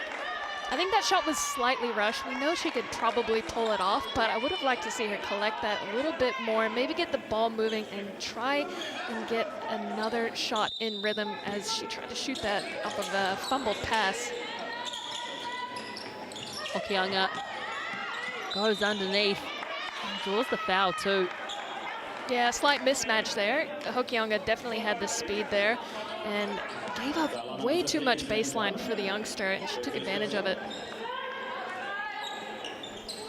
So the Hoiho with the lead, 10 points to 5, and we have seen throughout the season in the opening 3 rounds that they do get off to good starts, just can't seem to finish, as Hokianga was well short of that 3 attempt there. Richards gets it to Bowman, just at the top of the arc. Cho. Back to Bowman, deep looking two, and it's on target for Bowman. Look at her go, inside and out. Bowman, what a shot from her. Giving the Hoiho a 7-point lead early. And Zoe Richards is going to be called for the foul. So again, a tough matchup there. Zoe giving up a little bit of height, but she's a phenomenal defender, and she can draw a lot of fouls on the opposing team. 194 centimeters is McSpadden. Here's another look at that deep two coming in from Bowman. McSpadden's going to have to respect that shot, because if Bowman can get out there and McSpadden doesn't close out early enough, obviously Bowman's going to knock it down. So again, respecting her inside and out is going to be a great matchup tonight. Providing plenty of options on offense, but just not really selecting them, and looking quite haphazard at the moment are the Tauranga Whai, and trying to go quickly. And that's a lovely opportunity there, converted by Bowman, and she is starting this first quarter off very strongly. Well, they're doing a great job with the scouting report. They talked about, as Palace leaves it short, they talked about how their defensive was woeful, to quote the coach. So picking it up this half as Hurst launches it from deep, gets her own rebound, and the Hoiho reset here. Try to get a good look. The ball's in Paige Bradley's hand, and she can make stuff happen as she does the step through, and she misses it, and Gallagher tries to clean up the board. How did she get through there? She just had no right to, just managed to thread her legs through.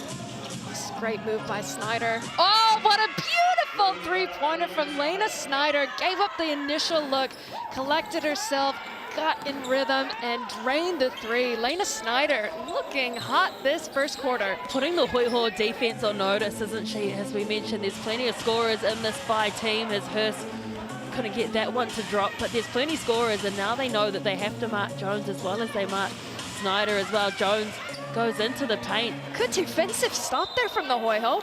Just can't collect that ball. Cho deterring Jones from getting that easy look. So she is locking up Jones, not giving her any easy shots tonight. And Kirosame checks out of the game. As you see this play here from Snyder, just one simple dribble to the left and drains it. Like you said, she knows these rims. Jones with a quick release, just ricochets out of the rim. So Paige Bradley will bring the ball up court.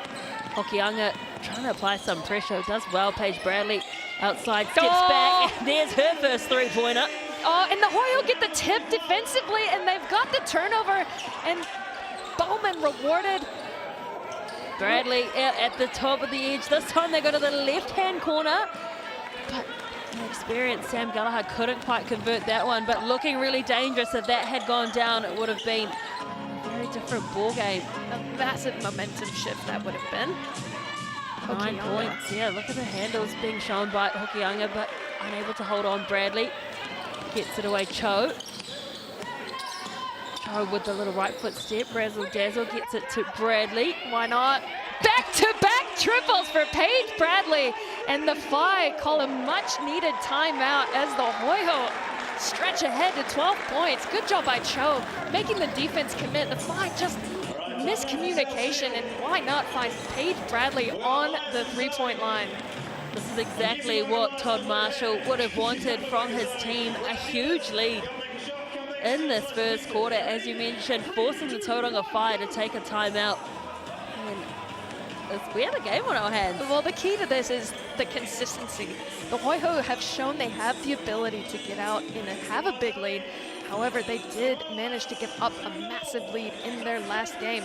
So it's, can they stay consistent? Can they keep the foot on the gas and put this Whai team on their heels? Doing a great job defensively. Get yourself a large 100 pepperoni black garlic pizza for $40. You can scan that QR code. In fact, just take a picture of your screen because that is valid until Thursday. So if you've already had some kai on your Sunday afternoon, don't worry, you can use that tomorrow or for the rest of the week coming up. Hoiho having a massive start to this game. Shooting 40% from behind the arc so far, only shooting 2 for 5, but still early days. Meanwhile, the Phi have shot 12 three-pointers already. They've just sunk 2 from 12. Again, Jones having a bit of a quiet start, and that's all thanks to Nat Cho, who's done a great job locking her up and not giving her easy looks, and also not sending her to the Chemist Warehouse stripe. Oh, absolutely. Well, the Hoiho shooting at 57% from the field. The Phi only at 20% at the moment. They'll certainly want to fix that. Thanks to the Chemist Warehouse stats. McSpadden, well, we haven't seen too much of her at the moment, and they've had some changes come on the Phi. The Rapid League, that's Kaylee Smiler on the court. She got 10 points in that first game. The Phi collecting the win 36-28 in the Sky Broadband Rapid League. Paige Bradley gets it out. Oh, what a look from Paige Bradley. She gave up the easy 2 for a deep 3. What a shot. This Hoiho team has come to play today. And again, the Phi just can't get it going offensively. And there's a 3-second call. So again, for the Phi, they just need to slow down and use that tall woman right there, McSpadden. Try to get an in and out look because she can dish the ball extremely well. She keeps that ball high, uses her length, and can see the floor extremely well. But again, just not getting too many looks inside to her. Bowman looking for an option. Bradley, well, she almost had a bit of a stick there. Bradley, again, pressure being applied by her. And that one just bounces off the backboard. Get hear it from the crowd. It's all right. What else do you do in that situation? Great defensive pressure from the Phi. As Bowman is called for the hip check on that one. And that was Jones. a very obvious hip check if I've ever seen one. Oh yeah, she wasn't moving at all. At least it's off away from the rim. So the prolific free throw shooter, Ashley Jones, doesn't find herself at the line this time. We speak about McSpadden. I mean, she's averaging a double-double, 16.7 points per game, 13.3 rebounds, but hasn't really had too many opportunities, and she hears me and banks the 3. My God, what a Says, great "Watch shot. this." I did not expect that from her. Almost looked like a one-hand shot. I love that. It was a very low three-point shot, wasn't it? Just straight into the hoop. Oh, I mean, she's basically 7 foot tall. You see it here. She doesn't have to shoot it up very high. She's already up there. Look at that. Oh, she does. She drops that left hand on the deep shot.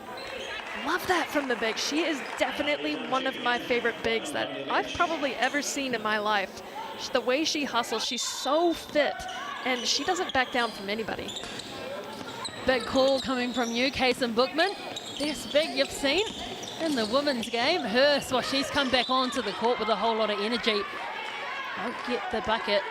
I like this from her, though. I like that she's driving and she's not relying on the three-pointers. It's tough against McKenna Dale because she does have a lot of length. Those arms are super long. So she's going to have to be crafty when she's got McKenna Dale on her. But again, I love this look from her, not relying on the 3. And Paige Bradley, though, leaves it deep. And Dunn tries to clean up the boards, as she did so well during the Rapid League. Yeah, well, she is #1 in defensive rebounds in the Rapid League, and #1 in total rebounds, a couple of offensive boards, and they really struggled with that in the Rapid League game. There's some lovely handles being shown here by the Phi, but just a reaching foul again. Man, that was a bit of a bailout foul.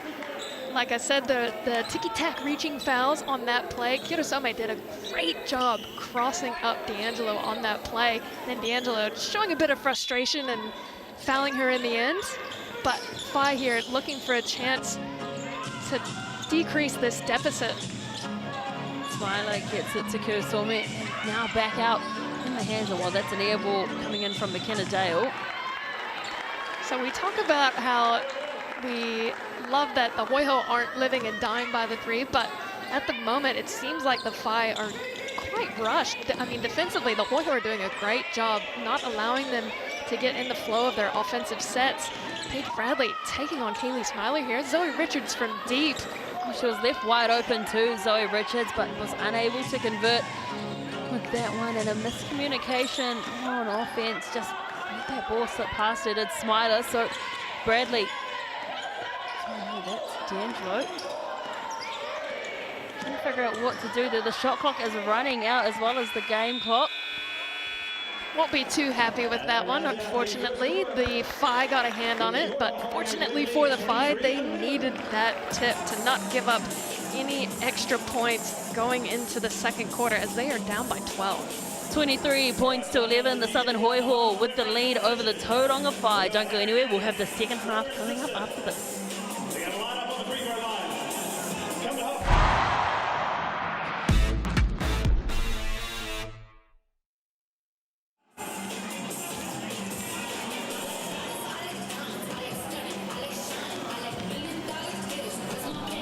And hello, welcome into all of our TikTok watchers for today. I need to get the TikTok app open so I can see all the comments.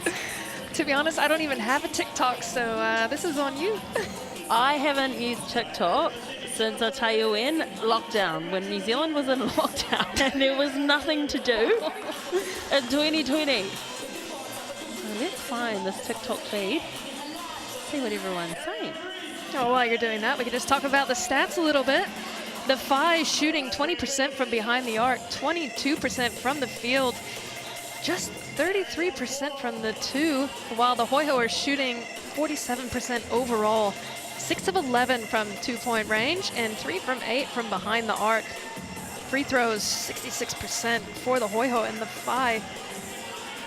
I'm not sure if that's right. Well, someone said there's always heaps of stupid fouls, so someone's agreeing with you with the ticky-tacky foul. I mean, yeah, the refs are being extremely diligent and not letting the women get away with anything. So any sort of contact on the ball, on the arm, they're going to call it. I think they give the team from GJ down the homes. And a goal thanks to Harry Nutty.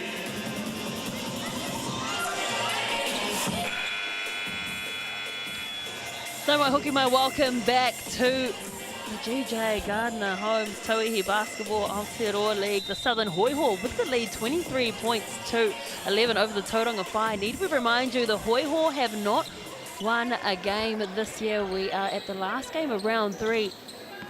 Tauranga Phi in their second game in 3 days.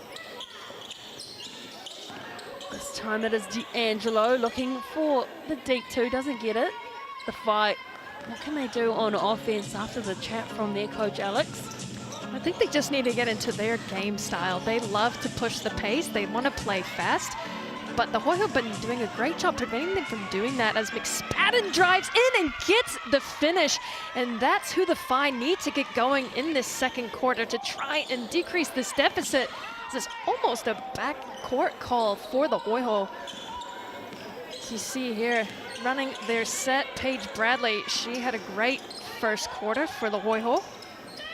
Alia Dunn as well, she is onto the court, Hurst, and it's a travel call too. Great defensive pressure being applied by the Torpedo McKenna Dale. Oh yeah, those two together, McKenna Dale and McSpadden, are both quite lengthy, and McSpadden does a great job jumping the on-ball screen. She puts that pressure on, and when you see someone 6'4" and above coming at you with their arms extended, you are gonna have a little bit of a freak out if you're a guard. Oh, Jones. Oh, what a look! Whoa, that's a dive of a pass, and that's a good line being run too. I love that they've got Langton in the game. I feel like the Phi have neglected using her as much as they should in this Tauihi League. So really glad to see her on the court, as she does contribute quite a lot. As McSpadden can't clean up the board, and loose ball goes to the Hoiho. And Hurst knocks down a three. What a shot, and a way to get her going from beyond the arc. Oh, and the Hoiho really starting to flex their muscles here. Phi having to chase this game at present. But as you mentioned, having Langton on the court, I mean, she got 13 points in the Rapid League game, which is probably a benefactor from the Rapid League, as again, they just get an easy bucket under the rim. Another backdoor cut from the Phi. This is working well for them. And again, off the dish from McSpadden, but they got D'Angelo at the three. She leaves it short, and Lena Snyder cleans it up. And the Phi are back in the other direction. This is the type of pace they like to play with. And great job by Hurst getting a stop with that deflection. So the Hoiho just need to reconnect here and try to slow the pace down of the Whai. Well, the tempo has certainly lifted in the second quarter. Both teams are just getting into the game in the first. There's a hard foul coming in from behind by Chelsea D'Angelo. She puts her hands up, acting like she didn't see anything. Even though we just saw her hand go out into the back of McKenna Dale. And McKenna Dale, if she did flop, that was a brilliant flop right in front of the ref. Very obvious foul. So the Whai here with another chance. And they've almost made a meal of it, have the Whai about a couple centimetres from being a backcourt. But unfortunately, Cho had her foot out and she did collect that ball. So it's nice to know, I'm not sure. You should take note. Ashley Jones is not on the floor at the moment. And she is the leading scorer for this Whai squad and a key player for them. So interesting to see this lineup without her in there. See how the offense adjusts. She is the leading scorer in the league. Hokianga was left wide open, decided to take her opportunity. Offensive board again for the fight. That was McKenna Dale. And well, she thought about it, did Snyder. And he decided to drive in. McKenna Dale from out wide. She is money when that ball hits her shooting pocket. No hesitation. You know it's an almost guarantee to go in. So if you're the Whai, get her in her shooting pocket and she will knock it down. They've fought their way back into this now. It's only a 6-point lead to the Hoiho. Bounce pass into Richards. Unable to get that offensive board. Applying pressure up front is Hurst. So just like that, this game has gone from a 12-point lead to a 6-point lead. And as you mentioned, without Jones on the court, Max Bannerwell, she just made that one look too easy. Yeah, she did. She was well open on that play, and now they are within 4. So we talked about this at the beginning of the game. The Hoiho need consistent scoring. They can't just have one small bout of scoring against this powerful squad. And just as I say that, I eat my words. And Paige, was that? Oh no, that was D'Angelo, my bad. Good footwork coming in from Chelsea D'Angelo. Played her last couple of seasons in Treviso, Italy, and there's the steal coming in, well, the interception really from Zoe Richards. Gets it away to D'Angelo. This time she banks that one too. And defensively, the Whai just absolutely bamboozled by that play. And a great job on Zoe Richards on that last play, breaking up the pass because McSpadden was wide open on that roll to the basket. Looking for some options at the moment. McSpadden pulls away from that pass and then does very well to find some space, and it quickly closed on her. Snyder with another 3. See, we talked about that, right? Get the ball in. She can dish it well. She knows she's a smart big. She's not going to take it up when she has 3 players on her. She will dish it to the shooters. And D'Angelo is just having herself a night, trying to create something for this Hoiho squad. And Elise Hurst, look out for her on the wing. She is a 3-point specialist. What a shot from her. Well, every time the Whai look like they're coming back in, the Hoiho suddenly push away a little more. Hokianga trying to find her radar. This time she is on target. You don't want her to get hot. Well, you've got to respect her. Even though she's a youngster, she is a player. She can knock it down. She can drive it. She can lock up anybody defensively. Oh, Elise Hurst, why not? Why not? And can I say, she is one of my favorite guards from last season. I was so glad to see her come back this season. Love to see her get going from deep. The Whai again looking a little stagnant, but get McKenna Dale in her shooting pocket. Rare miss from her. Oh, they're almost a misconnection there between Cho and Hurst. But as you say, Hurst here is someone we highlighted that needed to have a big game if they were going to stop this Whai team. She's certainly doing just that as Hurst, but they've gifted the possession back to the Whai after a missed ball there. Yeah, probably would have liked to see the Hoiho go right back to Hurst just to see her get going again, as she does have the hot hand. Just a slight rush on that play as Lena Snyder drives to the basket, draws the foul, and she will find herself to the Chemist Warehouse stripe. Well, Cho did a really good job on Ashley Jones in that first quarter, and she's obviously switched now onto Snyder, that time collecting the foul. an equally difficult task guarding Lena Snyder. She is a beast when she goes to the net, to the hoop. I don't know why I said net. But again, going into this quarter, they've done, what was that then? Is it a timeout? We've got a timeout on the floor, that's my bad. From behind the arc, the Hoiho are shooting 46%, 6 from 13. And the Whai are shooting 6 from 20 at 30%. Not many trips to the Chemist Warehouse stripe for the Whai, indeed 0 for them. And for the Hoiho, they have seen the stripes only 3 times, making 2 of those attempts. But again, defensively, they've both done a great job shutting each other down, and it's forcing other players to step up, like the likes of Elise Hurst. Love to see her get going in this game, as she's had a bit of a quiet start to the season. But as we know, she can knock it down from deep. Elise Hurst currently leading the scoring with 13 points for the Hoiho, and Snyder with 9. And interestingly, and we've mentioned that Jones hasn't been on the floor for the majority of this second quarter. And the leading scorer at the moment is Snyder with 3 triples. Lara McSpadden with 7, McKenna Dale on 5. Just wonder what the coach, what he's got planned. Well, I was watching that game that Jones played in, and she's standing there by the bench, so she looks like she's getting ready to go back in. I think she did maybe have a little bit of a niggle in the game. Slight, not injury, but slight mishap in that game. I believe she'll be coming in for Lena Snyder here in a second. So maybe they're just trying to keep her fresh.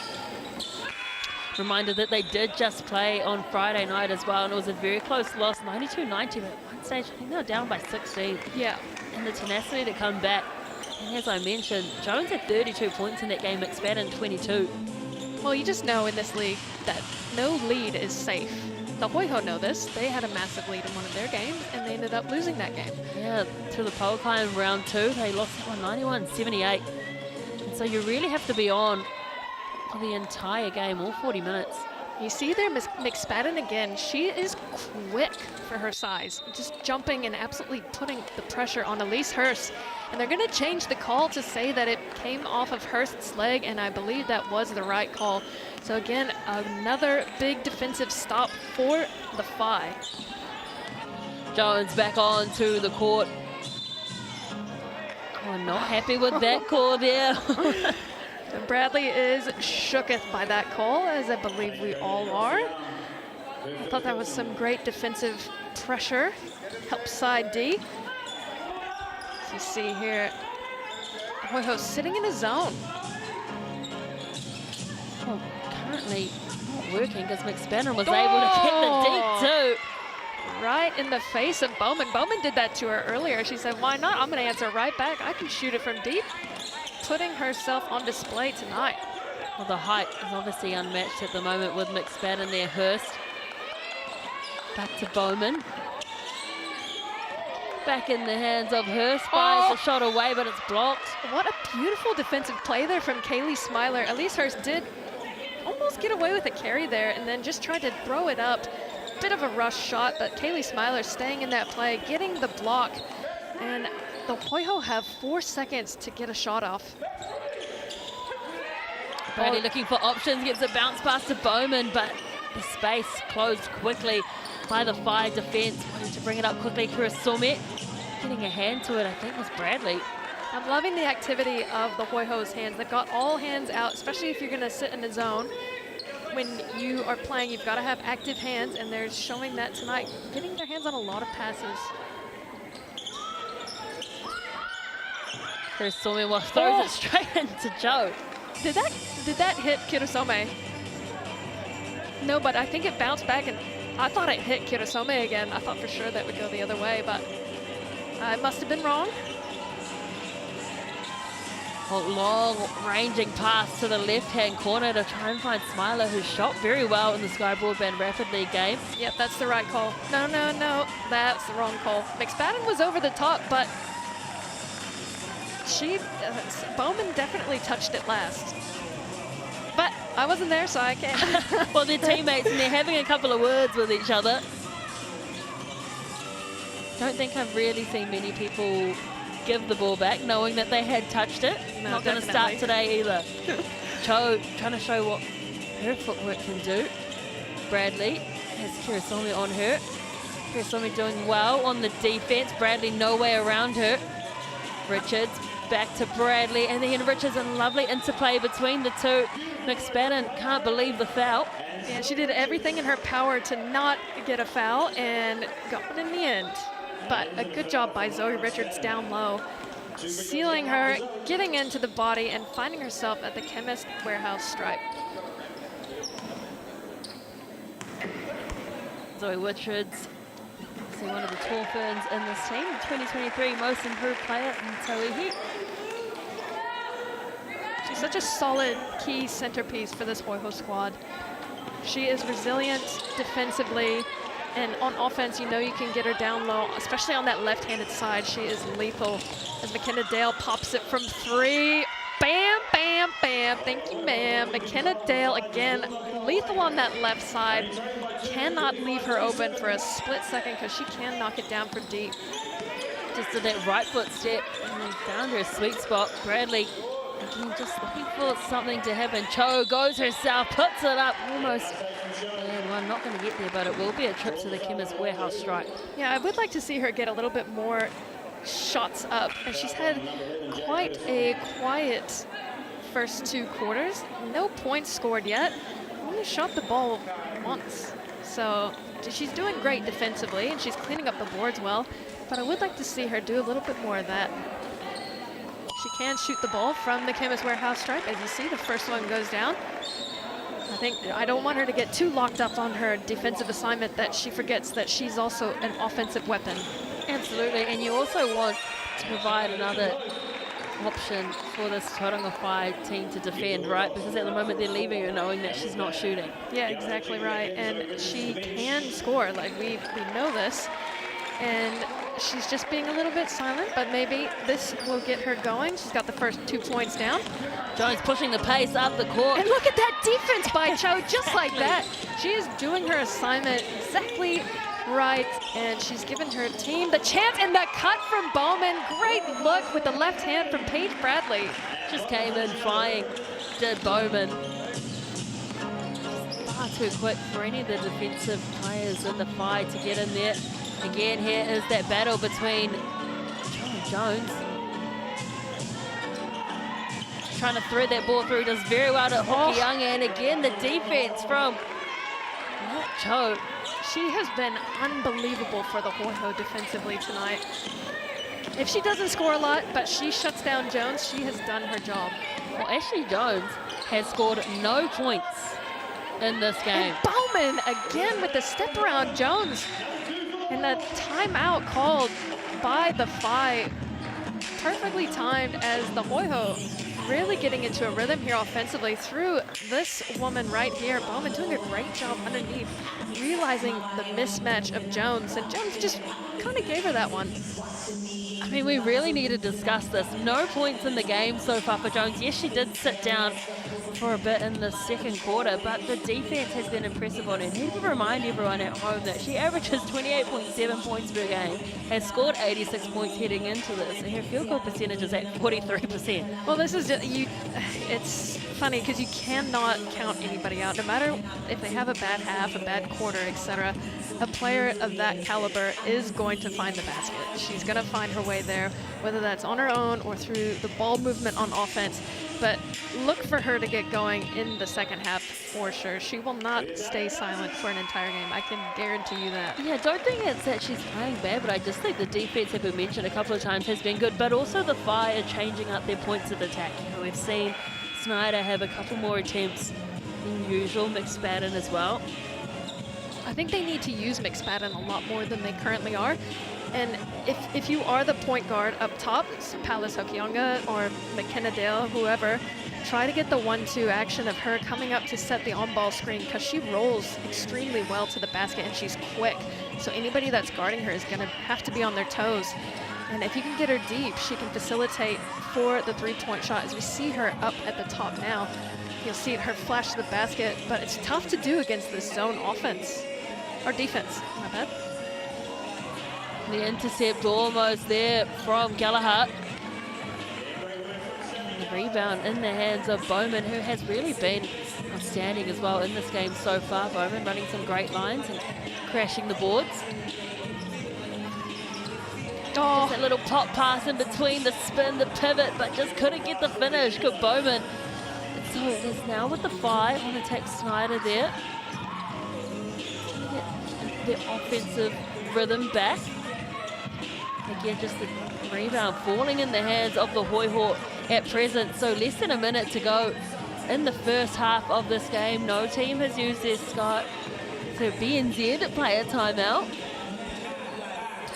Oh, just a little bit of a miscommunication there, and Lena Snyder ends up with the ball the other way. Pull it up for 3. And just again, one and done for the 5 at the moment. Not getting the offensive boards, not getting the second chances. And the Hoiho are back the other way with it to try and get a shot off here, ending the first half. Try to use up as much clock as they can. 8 seconds on the shot clock. Yeah, a couple seconds difference between the shot clock and the game clock. Trying to step around D'Angelo. Just ricochets off the top of the rim. Oh, the putback! I wonder if she called bank on that one. And the Phi don't use their BNZ player timeout. As you see here, almost nice. And a great rebound from Bowman. And we knew coming into this, both her and McSpadden were going to be rebounding machines underneath. But Bowman just really flashing this half. Had an outstanding first 2 quarters for the Hoiho. So the Southern Hoiho, they hold on to their lead. They currently lead by 10 points in this GJ Gardner Holmes Tauihi game. 45 points to 35. The first half done and dusted. The second half coming up after this. All right, we'd like to welcome the Olympics basketball team. And they're going to be entertaining us at halftime.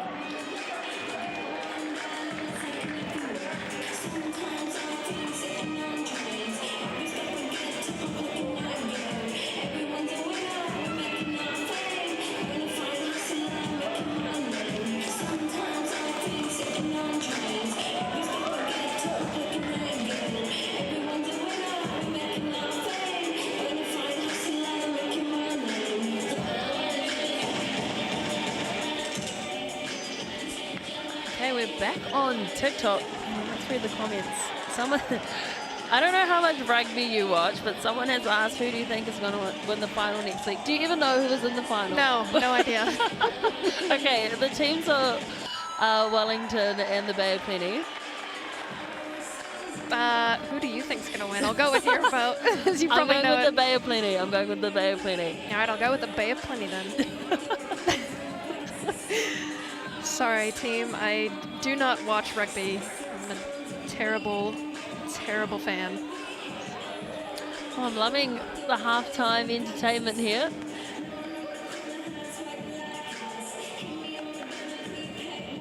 Oh, yeah. Oh, great shot there. Good finish underneath. And I love the crowd too, getting in behind the teams here on court.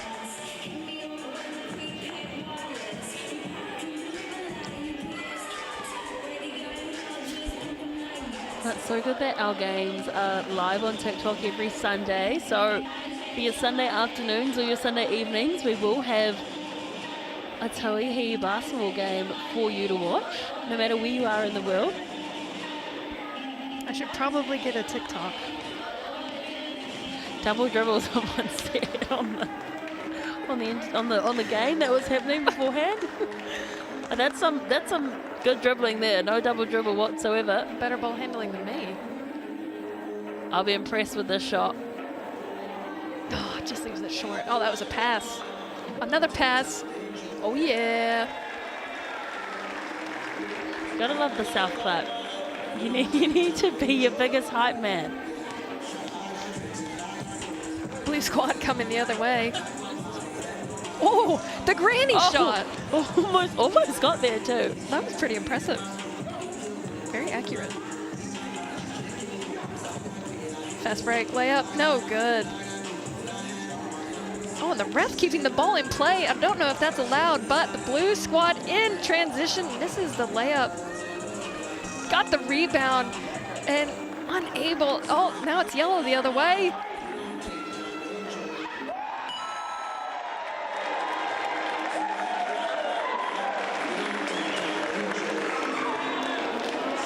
No more hukimo, welcome back to the Edgar Centre in Dunedin for the GJ Gardner Home Tauihi Basketball League, and it is the Hoiho with the lead at halftime, 45-35. And I'll tell you what, the Hoiho have not won a game this year, and they'll be feeling a little bit confident. They have had the lead in previous games at the half, but I think at the moment they've finally found their groove. Oh, absolutely. And it's starting on defense. And I just want to shout out Nat Cho. She did a phenomenal job shutting Ashley Jones down in that first half. Granted, Jones was out a little bit in the second quarter. But again, Nat Cho did a great job. As you see, leading all scorers is Elise Hurst, and love to see her get going from behind the arc. She's got 13, and Bowman not far behind with 12. She has been a problem on the offensive boards, and Bradley with 8. Snyder with 11, McSpadden with 9, McKenna Dale with 8, Hokianga with 5, Eva Langton with 2.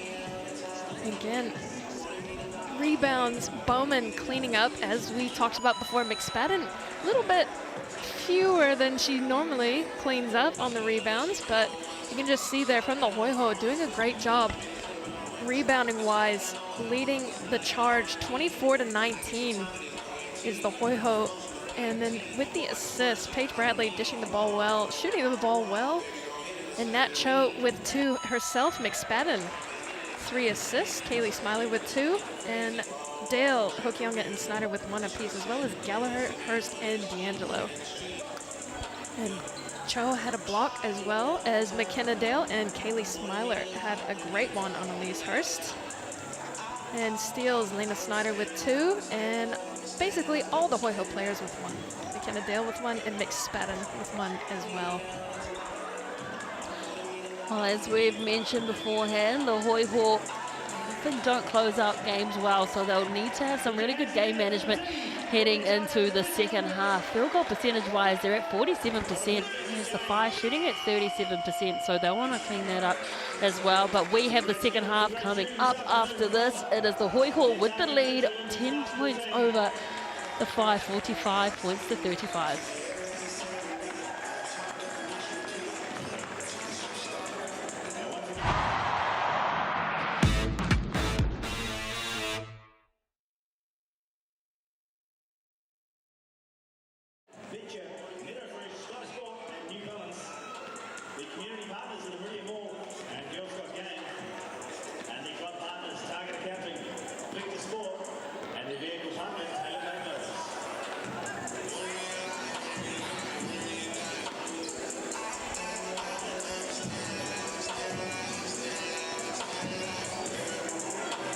Well, they're asking if they can bet on on the game we just watched. Oh. I would have taken the blue squad all day long. You know what? If I read these comments on air, I'm going to hell, so I'm not going to do that. But if you are on your phones, you can scan that QR code. And guess who is going to win this game? Oh, the Hoiho. People sleeping on the Hoiho. Still at 29%. I know. You've got to back your home team here a little bit. They've had a great first half. I mean, they got the lead, and there's free pizza to be won. Keep voting. Keep tallying in those votes. I'll be anxious to see who the people choose for their MVP as well. Yes, the MVP voting. Who are you going to pick right now? In that first half, ooh, if it was a defensive vote, definitely Nat Cho. She did an awesome job. Oh, that's a tough call. I'm not sure. I feel like the Hoiho as a whole had a phenomenal first half, but maybe I'd give it to Bowman. They're playing quite well as a team, right? There's no one really standing out more than, well, I mean, Elise Hurst, I mean, she's playing well. Oh, absolutely. Leading all scorers with 13. The likes of Bowman, she's got 1 offensive rebound, 5 defensive rebounds. So she's got 6 rebounds total. Leading the charge for both teams. Look for the Phi, though. Get McSpadden going. get Jones going, and it might be a bit of a different ball game. But if the Hoiho can continue to defend like they did in that first half, the Fire are looking to have a big problem. Well, 20 minutes left in this game. We're at half-time, and it is a 10-point lead for the Hoiho. And I mentioned beforehand, they haven't been able to close out games, and you can't help but think if they don't get a win today, it'll be really hard to come back from that. Yeah, it'll just put them in a tough position on the ladder. You definitely don't want to start off 0-4 unless you want to be the underdogs that come in and just surprise everybody at the end of the competition. But why would you want to make it hard on yourself? A win tonight would be massive for this squad.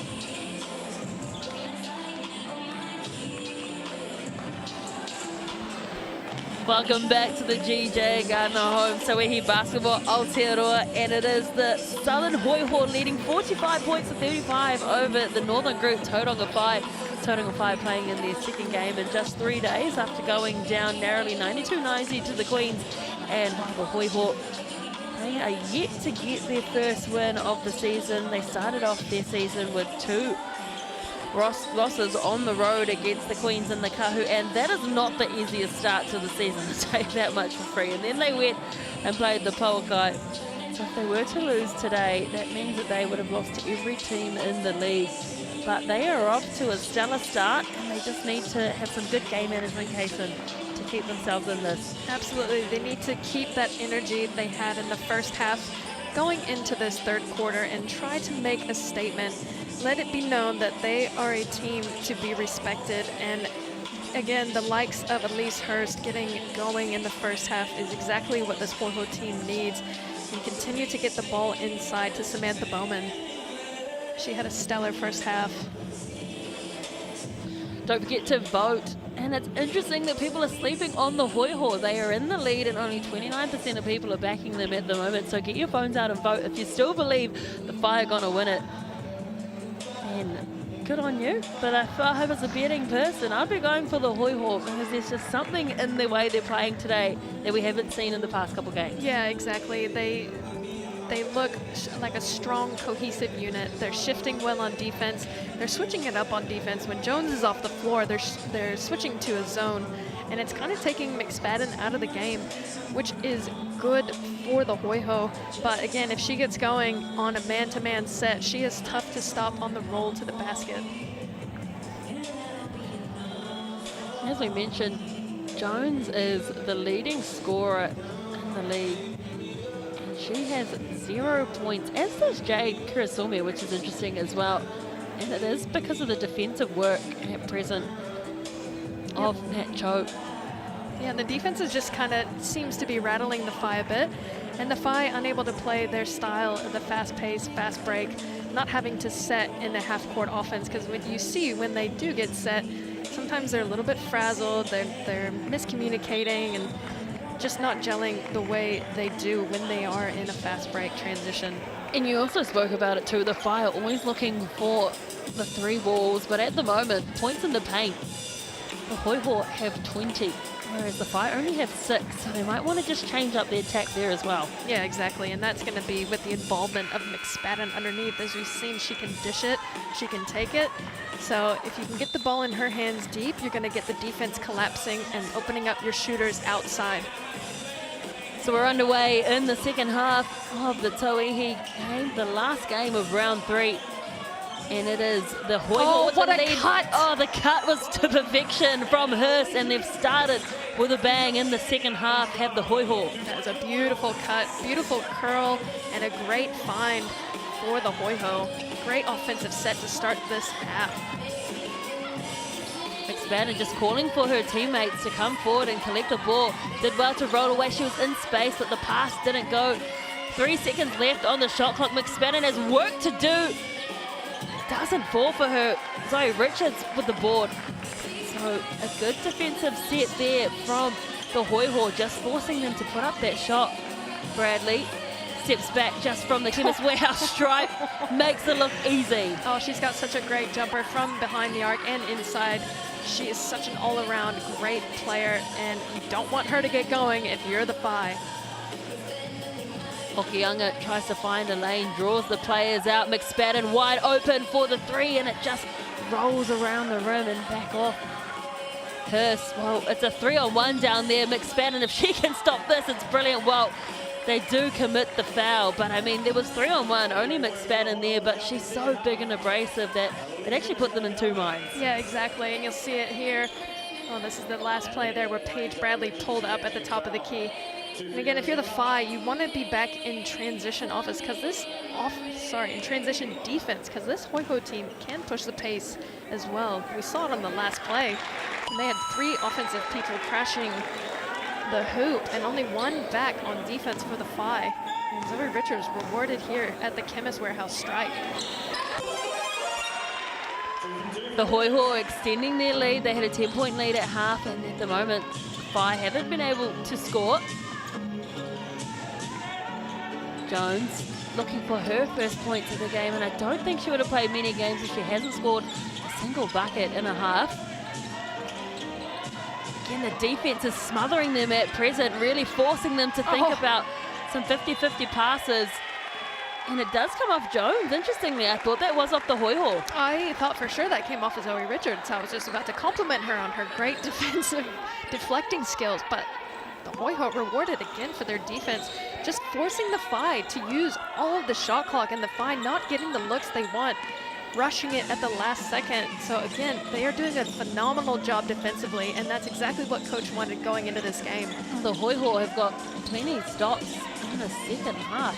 Just seen FI unable to score. Cho seeing what she can do on offense, or just left it on the lip of the rim. FI McSpadden with the board. And there is young Katie Smiler. Gets it to McSpadden. Oh, what a flash to the basket. Defense has been strong. Jones looking for her first points. Can't get them. But they will inbound. Jones just doesn't look like herself tonight. She looks a little, I don't know if she's flat, what's going on, but just looks like she's in a bit of a funk. And if you're the FI, you want her to get going. If she can't, someone else has got to step up to the plate. She is having a hard time. And Cho, again, just sticks her hands out, doesn't even have to move an inch, and the ball goes right into her hands. Cho's just reminding Jones that she's there, and she is on her all game, and she is sticking around like a bad smell. She is not going anywhere. Oh, absolutely. And now the Hoiho are sitting in a zone with 4 on the shot clock. Well, they're going to run out of time here. They let Smiler she gets it! A 3. And one. We were just saying how great a defense Cho was playing, and she fouled on the 3-point play. So this is giving the FI a little bit more life here. Kaylee Smiler knocking it down and taking the foul for a chance for a 4-point play. She turns 25 on Tuesday, does Kaylee Smiler. She's studying a PhD in biology down in Tauranga. What a cool degree.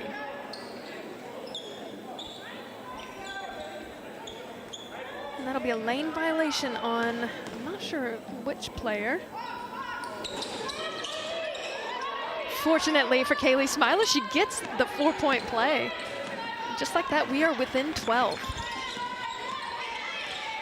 It's a good confidence booster there for the FI after not being able to score any points. Could get one. Cho for 3. Oh, and Paige Bradley cleaning up the boards. Bowman not expecting it. Richards for 3. Can't get it to fall. Again, the Hoiho got the offensive rebound, and they'll get another chance here. Cho driving in, pulling up, got the 2. This time she gets it, but it was a fortuitous bounce a couple of times off the rim for the Hoiho. Like to see her get going on offense because we know she can score. She's just locked in on her defensive assignment tonight, and she's done it well to perfection. And a foul on Bowman. She's been called twice now for that hip check up top. When you're guarding a small guard, you've got to lock down. You've got to get low and move your feet. You can't just chuck your hip out and think you're not going to get the foul call, because you definitely will in this Tauihi League. Also, Jones is checked out of the game once again, and on is McKenna Dale. She's been hot outside the arc, but the defense is good from Bowman. McSpadden under the rim, and there's the points in the paint we were talking about that they probably need to start looking to. Well, you saw the mismatch. It was McSpadden on Cho, and that's a mouse in the house all day long. Just cleared her out of the way and got the easy bucket. Bradley does well to get under. McSpadden. Bowman. Oh, a very risky pass, but she's put her foot out, has Lisa Hurst. And, well, right in front of the fire bench, so they're going to let the referee know about it. Oh, absolutely. Again, it was a good skip pass. I like that look. And just unfortunate there for Elise Hurst. You've got to be aware of where you are, especially when you're in that deep wing, very close to that sideline. Looking to start something with Smiler. Gets it away to Snyder. Oh, what a sniper shot from her. She'll be happy to see that one go in. And then just like that, we're within 9. And this is the issue with the Hoiho. They go on these spurts where there's not a lot of offensive scoring happening, giving their opponents a chance to creep back in. As Elise Hurst pops a 3, leaves it short. Richards is there to try to clean it up, but it ends up in the Phi's hands. Bradley, double deflections, and the Hoiho end up with it. And just like that, they're the other way, and Bradley with an easy 2. Well, there's plenty of endeavour on defence of both teams. They're both hustling hard to try and turn that ball over and get a couple of steals, and both teams also not protecting the ball as well as they could be. Yeah, I totally agree. I feel like some of the passes are a little too high. Kaylee Smiler drives in, doesn't get the call, and the Hoiho are back the other way in transition. Phi have 3 defenders back. They did well to get a lot of defenders back there and try and stop any kind of fast break play that they were looking. But Hurst, wide open, pulls the trigger, misses the target, but they get another offensive board, and they've done that a couple of times in this game. As Hurst, well, that's a big mismatch with McSpadden defending her. Bowman tries to get her around Dale, and that's a tough finish. Why not? Great work there from Bowman, using her body, just the patience to go against McKenna Dale deep in the paint. Beautiful finish by Bowman. Well, wide open, everyone was up on the court, and Snyder, she's always going to take that one. Oh, absolutely. Back-to-back triples for Snyder. This is trouble for the Hoiho. They've got to shut her down. If she gets going, she can really put the points on the board. Well, as I mentioned a couple of times, Snyder played for the Hoiho in 2022 and is the highest scorer in that year, and she hasn't really been able to find her rhythm in the opening 3 rounds, but she certainly found it tonight. Yes, she has, and a foul called on, maybe on Cho there. You see this shot here. She could have driven to the lane, but she's like, no thanks, I'm gonna pop the 3, and a beautiful shot at that. Nothing but net from Lena Snyder. Definitely a miscommunication on defense, because almost everyone was on that left-hand side of the court. The right side totally free, and Snyder, you do not want to leave her open. Yeah, she took advantage of that play. McSpadden, just at the top of the arc, looking for an option, just hanging out on the loose of the top here. McKenna Dale, lucky there, a missed tip from Cho, and getting the steal, but Cho showing her defensive prowess underneath. She is an incredible defender. Look for her to be maybe defensive MVP of this game. Well, also, it was another example of those loose passes you're talking about, which probably could have had a little bit more oomph on it to get to the other side. Yeah, you're right. With someone like McKenna Dale, she's got the length, so you can afford to throw it a little bit higher, a little bit further, and you'll have a lead pass to McKenna Dale, but unfortunately leaving it short on that pass. We got a 10-point ball game here as Jones has checked back into the game.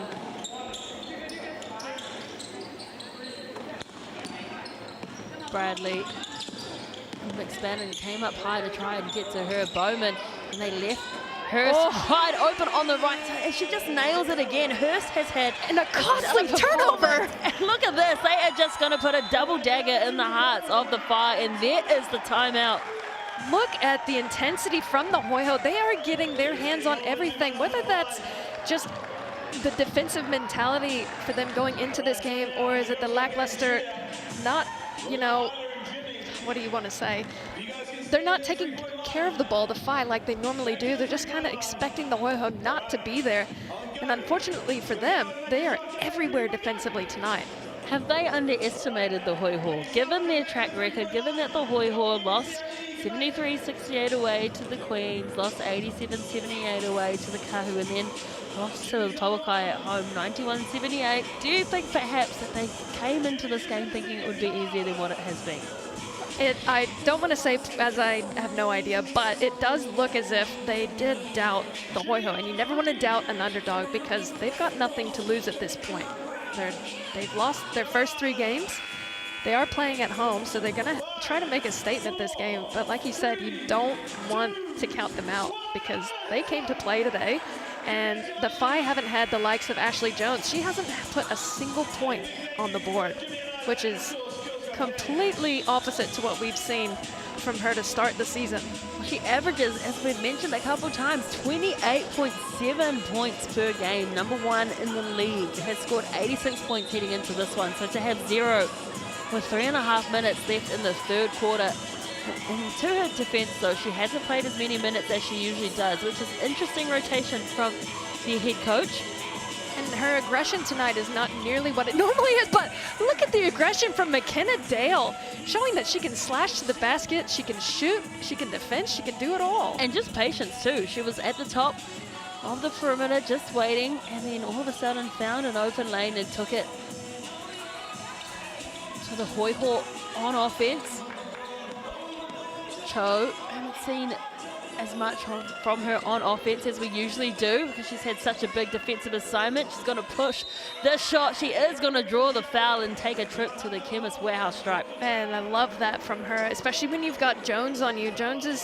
She's not, I wouldn't say mentally locked into this game. There may be something else going on, but again, just caught her sleeping on D.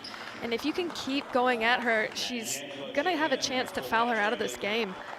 And Cho doing a great job drawing that foul, finding herself at the Chemist Warehouse stripe. And again, just like that, it's a 14-point game with another chance to make it 15. And she gets the roll. And Cho checking to the bench. Zoe Richards checking back in for the And Zoe Richards will check back into the game for the Hoiho. Vital possession here for the Phi. They need to convert. They've gone silent on offense. It's also quite silent on court, isn't it? Oh, none of it. McKenna Dale replies with her own triple. But as I mentioned before, it's a lot more quiet than it was in the opening stages of this game. There's a lot of chit-chat on the court by both teams, but just quite quiet from the Phi team especially. Oh, what a take from Sammy Gallagher. And then she draws the foul. So, yeah, just like you said, communication slowed slightly for both teams. Less so for the Hoiho. But again, the Phi, they just look like they don't have an answer for this Hoiho defense. They keep switching between man and zone, and keeping this lady quiet has been the key, and she's got another turnover as she tried to go over the top of the defense, but they got a deflection again as Zoe Richards finds her way in the paint. Yeah, she does a U-turn as soon as she runs into McSpannon because we do know how tough she is defensively. This time she gets the ball from the 3 and drains the triple. I mean, the Hoiho just have everybody involved on offense, and the Phi with a costly turnover. I don't know who that was meant for.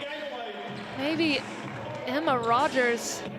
But you see there from Richards, another player for the Hoiho that can knock it down from deep. And an interesting pass to her. I know she was looking for the fast break, but they were not under any time pressure whatsoever. There's a minute and a half left in this quarter. So gifting possession back to the Hoiho, and that just is a frustrated foul, I think, from McKenna Dale. Yeah, I mean, I like that pressure on the ball, but again, you got to be smart about it, especially with such a huge momentum shift towards the Hoiho. This Phi team has got to find a way to string together a couple of stops, try to decrease this deficit going into the fourth quarter, because right now, the Hoiho are just dominating this third. Bowman has been so impressive for me, both on offense and defense. At times she can't get the ball to drop. Kira Sormet wants to go quickly. McKenna Dale, well, she was questionable heading into this game, had an injured finger, but she certainly has played well, both in rapid and in the Tauihi. If you're the Phi, you've got to get the ball in her hands. She is making it happen for the Phi.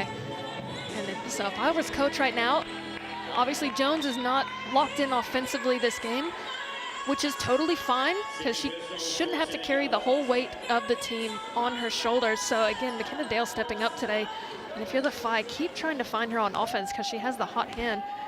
And speaking of Jones, she is at the Chemist Warehouse stripe for her first point of this ball game with 1 minute left in the third quarter. Going for her second attempt too, and she's successful there. So that will probably get her confidence up, and again, she may be able to find her radar now. If they want to go quickly, the bounce pass, and this could be a slight shift of momentum there, just between D'Angelo and Hurst. Couldn't get there, but you know, one stat that's quite impressive is the bench points for the Phi have been very high. 21 points from the bench, 7 for the Hoiho. They have really done a lot of rotations in this game, the Phi. Yeah, they have, and it's, again, with the defense that Nat Cho is playing on Ashley Jones. Ashley Jones usually averages about 18 attempted field goals a game, and this game so far, only 6. Well, there's a fast break points that the Phi were looking for earlier. Hurst shows them how it's done. McKenna Dale, while it was wide open, 3 players in front of her. She will take a trip to the Chemist Warehouse stripe, but just taking her opportunity, and I think that's also what's been lacking from this Phi team, is they're always looking for those easy shots instead of just taking the contact. Exactly, you're right. When you have that, when you're in this funk of an offense, what better way to find the trip to the Chemist Warehouse stripe, as McKenna Dale has done on that last play. And she's done a great job driving to the basket. We love to see her shoot from beyond the arc, but I also like to see this aspect of her game. She doesn't showcase it as often, but it's due to the fact that she's so hot from outside the 3. And her driving to the basket has created a lot of opportunities for the Phi squad. 13-point lead for the Hoiho. And we take a look at some of the Chemist Warehouse stats. They're shooting at 49% from the field. Very good at present. And the other big talking point is their points in the paint. 32 versus 10 for the Phi. That is a big telling of this game. You have McSpadden settling for jump shots and 3-point attempts rather than using her length and her body and her size. And I don't know whether that's because her and Bowman were teammates and maybe they've got a little, I don't know, sometimes you don't want to go so hard against your teammates, but in this fourth quarter, I think it would be wise for the Phi squad to try and increase those points in the paint. Getting her low, not let her camp out up high. Let the guards be on the outside, make your presence known on the inside, and put a little more pressure on the Hoiho defense. Maybe find herself at the Chemist Warehouse stripe. I know she's not a massive free throw shooter. Doesn't have that high of a percentage coming into this game. Shooting about, let's see, what was her? She was shooting 47% from the line leading into this game. But again, I feel like that's going to open up a lot more chances for the shooters if you can get her inside. I also mentioned heading into this, I mean, Mara McSpadden averages a double-double, and at the moment she's sitting on 9 points, so she'll probably get there points-wise, but also on 7 rebounds. But we just usually see a bit more from her as well. And it is surprising that, as you mentioned, they don't have that many points in the paint considering her height dominance. There's no one that is matching her. No, not at all. And I like that horn set from the Hoiho, but Nat Cho just kind of rushed when she saw the presence of McSpadden underneath. Just rushed it and threw it to basically nobody as the Phi used their BBNZ player timeout to advance the ball forward and hopefully create something on this with 3 seconds left in the third quarter. Down by 13. They need to make something happen.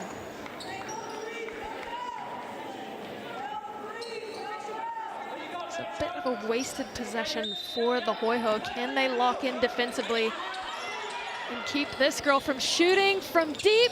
And she leaves it short. So 0.1 seconds on the clock. I doubt they're going to get anything from this.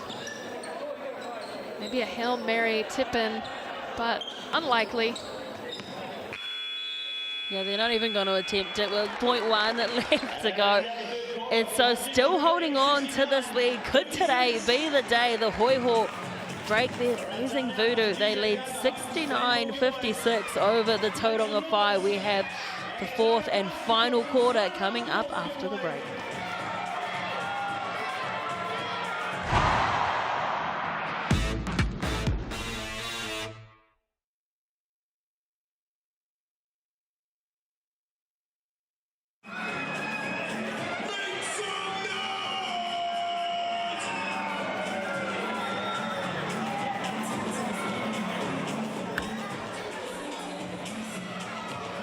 well, to everyone watching.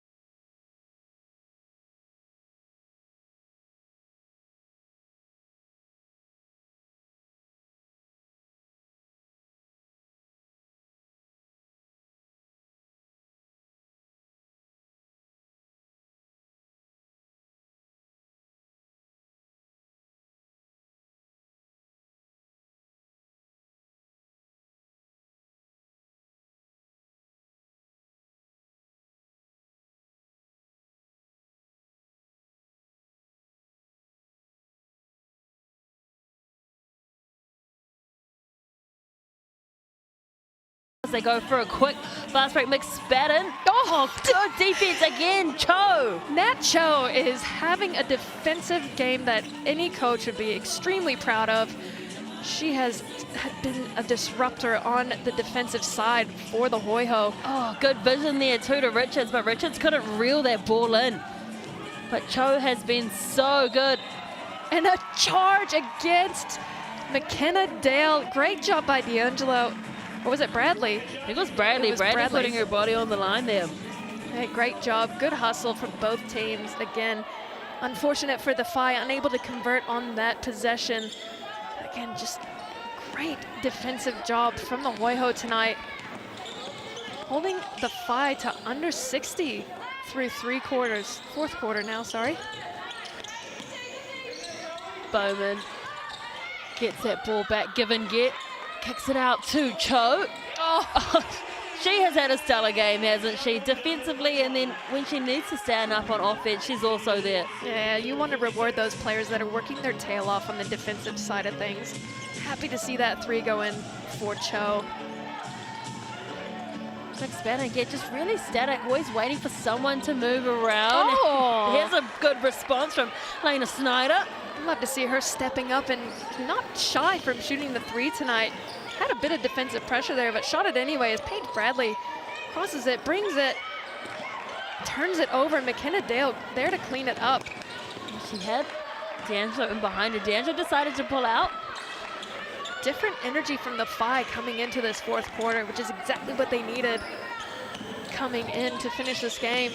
See if they can maintain that energy throughout the quarter and try to decrease this deficit. Paige Bradley just getting a lot of attention up the top there. Cho, spin move. Again, good defense being shown on her, this time by McKenna Dale. Deep 2 from Richards. That one fell just short. Well, we've been talking about Cho all night. We can't leave out McKenna Dale. She has stepped up in the absence of Ashley Jones' scoring. As you see, she's crashing the boards. She's locking up defensively, and I feel like she's got about 2 to 4 blocks tonight, McKenna Dale. She's doing an awesome job defensively, and she's shooting the ball well. Stepping up where there has been an absence in scoring for the Phi. She shoots the ball and she drains it from deep. Off balance too. Well, but like I said earlier, when she catches it in her shooting pocket, it doesn't matter if she's going off 1 or 2 feet. She's going to drain it. Just a pure shooter. The Phi have done really well to keep themselves in here, but Bowman just gifts it into the basket, places it ever so nicely. She'll be happy to see that one go in. She's been struggling as of late to make it go in as McKenna Dale hits the deck and the Hoiho get another steal. Bradley using the screen of Bowman and just gets around from the Chemist Warehouse stripe, adds an extra 2 points. The timeout from the Phi. Talk about pure shooters. Paige Bradley as well. When she gets into her shooting pocket, it's just a nice little easy jumper from the top of the key. And I would have liked to see McSpadden show her presence more, especially against a shooter like Paige Bradley. When she's inside the arc, she's very consistent, high percentage shooter. And if you give her that much space, she's going to knock it down. Don't forget to take a photo of the screen here, or a screenshot if you're watching on TikTok, and get yourself a $40 large 100 pepperoni black garlic pizza. That code is valid until Thursday the 24th. You can have pizza every night. And hey, if you're a student in Dunedin too, a pizza goes a long way in a flat. Well, I don't know, unless you have some greedy flatmates that steal your pizza from you. Make sure you write your name on your box. Also, get in your vote for the game MVP at the moment. Sam Bowman leading, and I don't disagree with that. She has been good tonight. Nat Cho, her work defensively, very impressive. McSpadden out there for the fight. Yeah, Bowman, she's put up 18 points, 69% shooting from the field.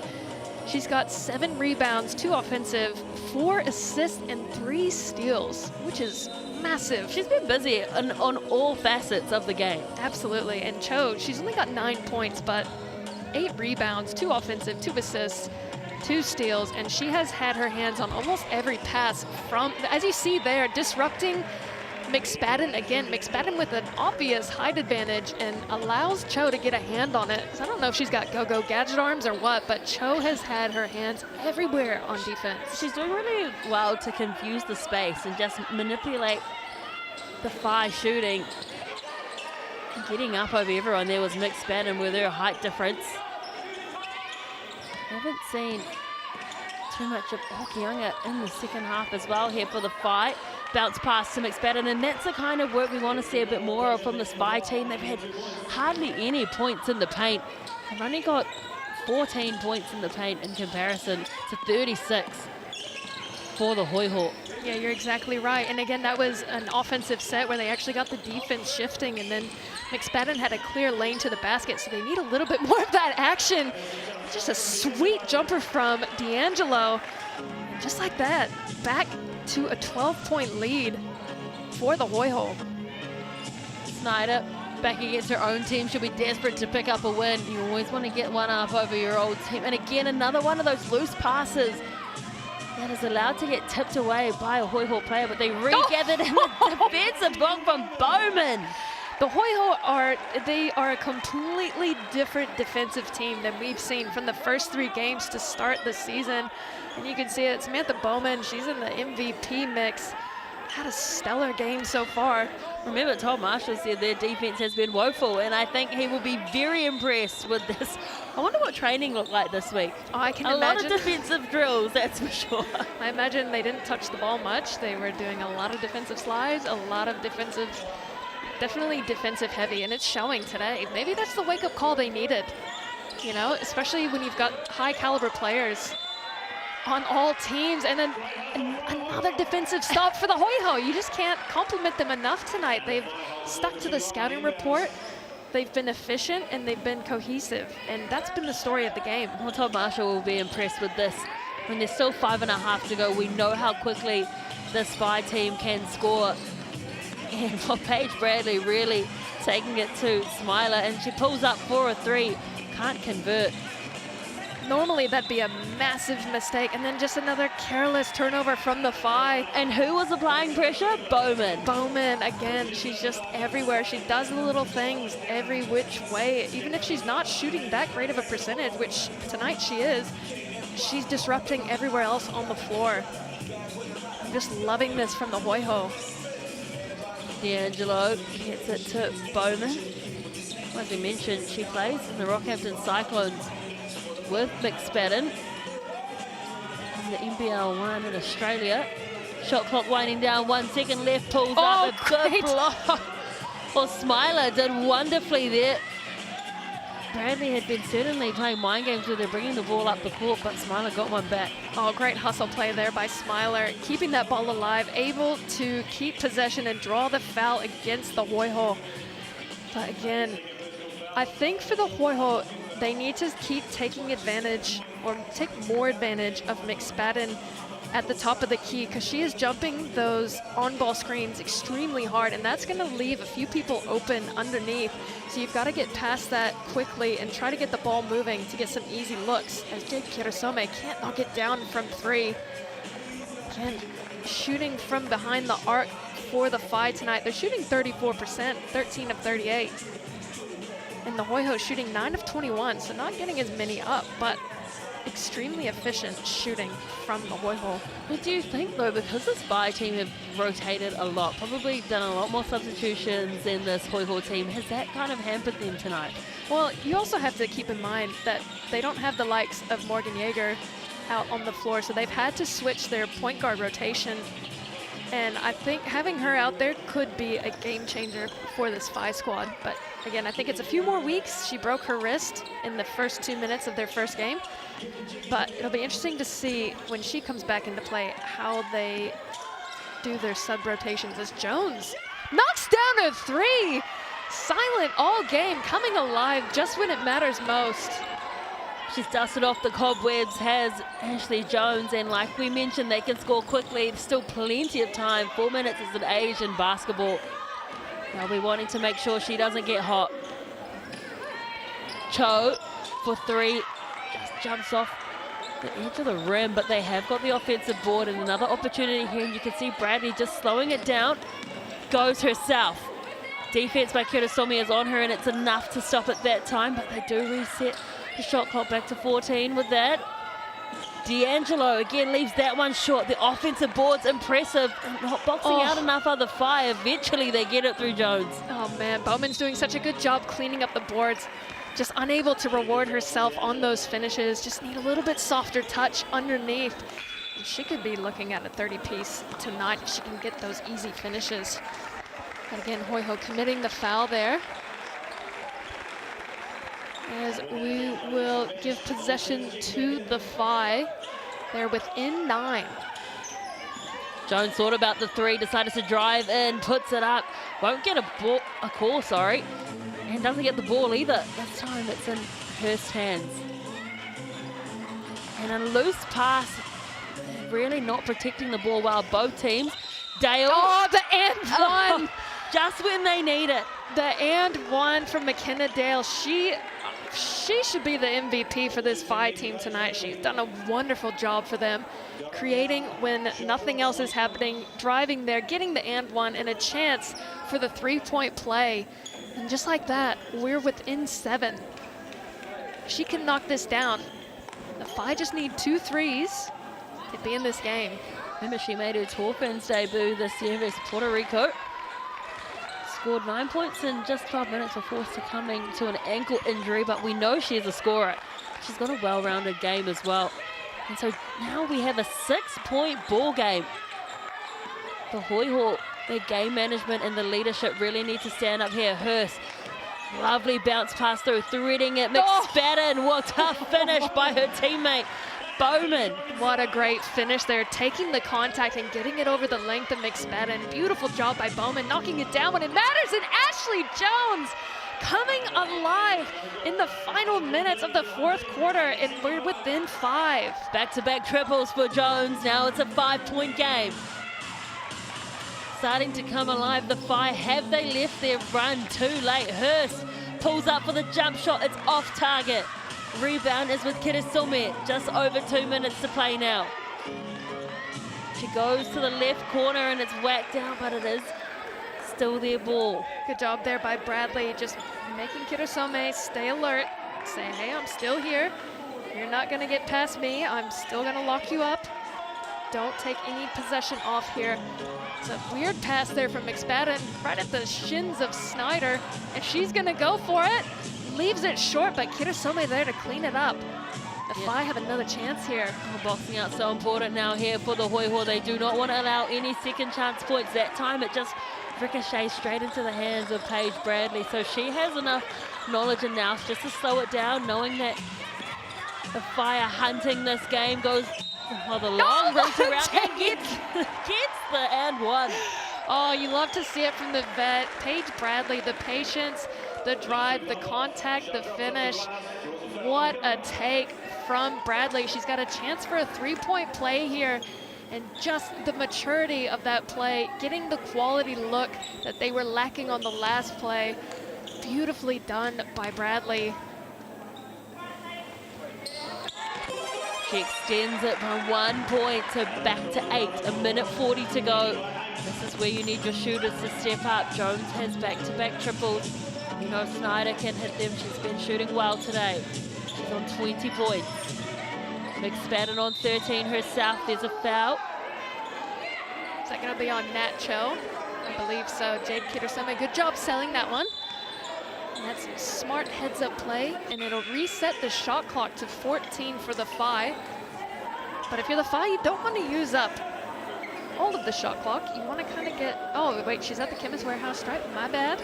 So she wants to knock these down? Yes, I think that foul turned us into the bonus. Knock these down at this point in the game. Down by 8. Make that 7.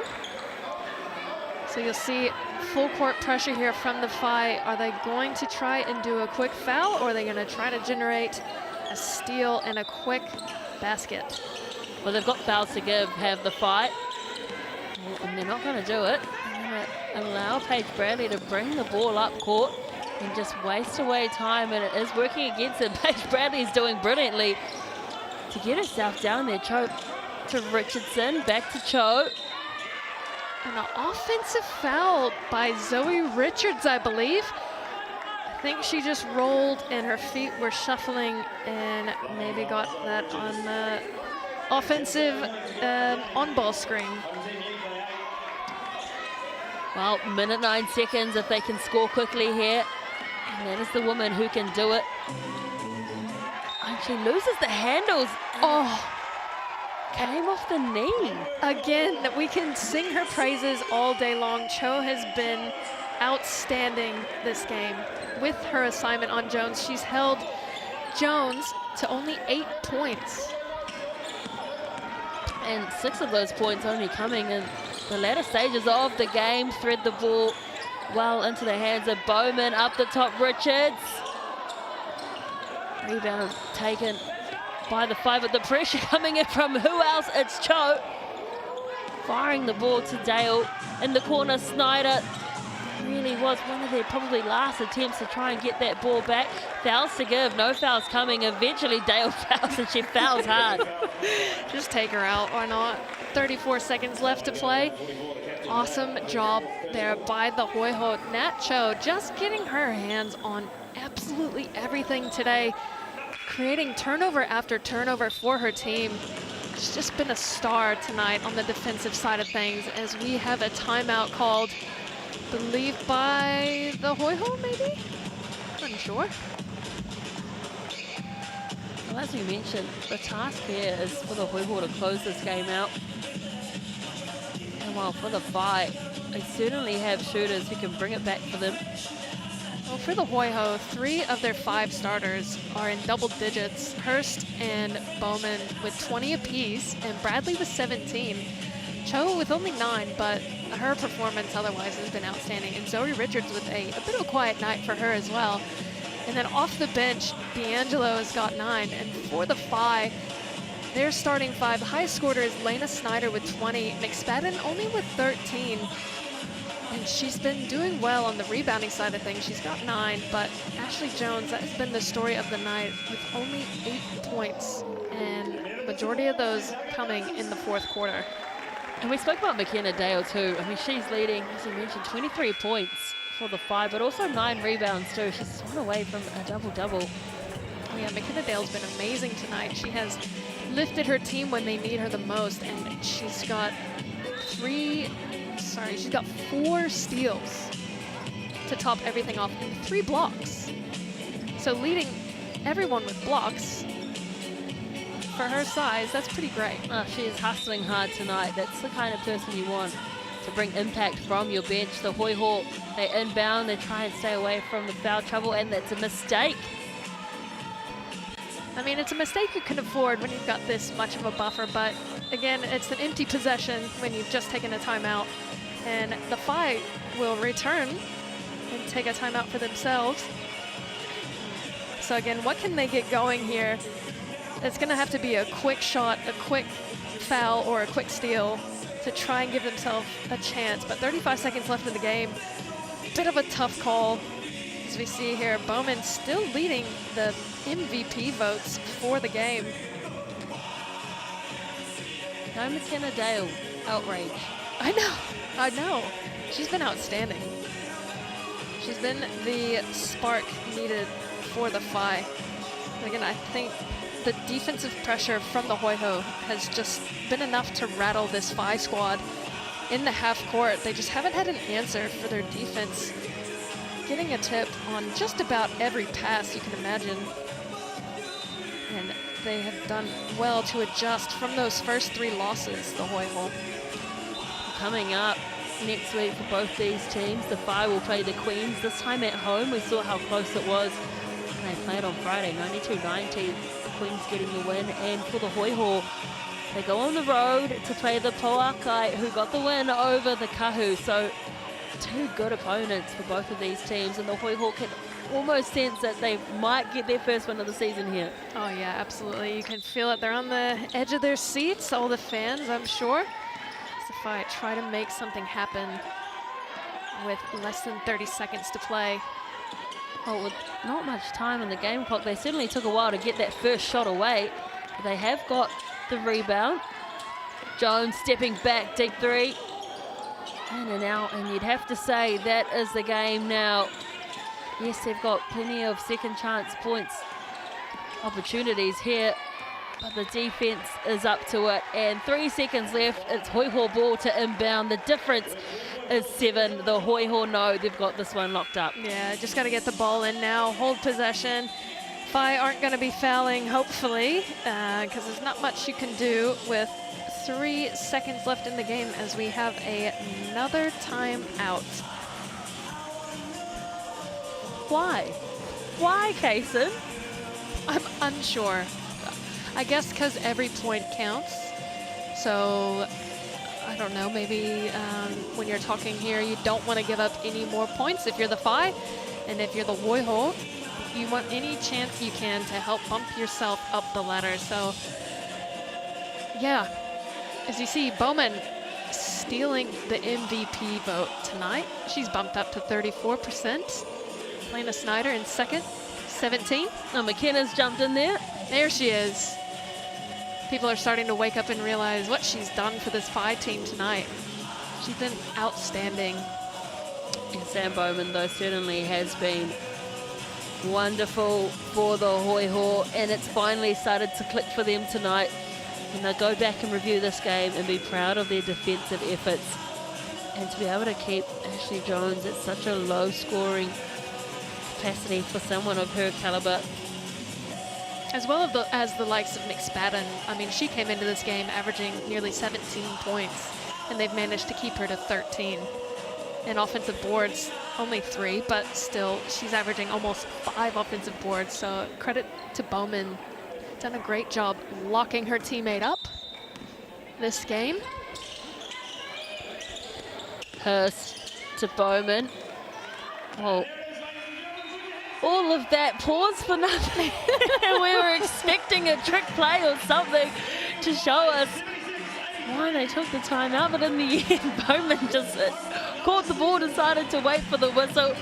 But they'll be happy with that because finally, after 3 rounds, the Southern Hoiho pick up their first win of the Tauihi season, 83 points to 76 over the Tauranga Whai. And while it's 0-2 for the Whai on the road this weekend, they'll be gutted with that. They put up a good fight on Friday, and here they just weren't quite up to it, or a little bit flat in comparison to other games. And so the game MVP goes to Sam Bowman with her 20 points, 8 rebounds, 4 assists.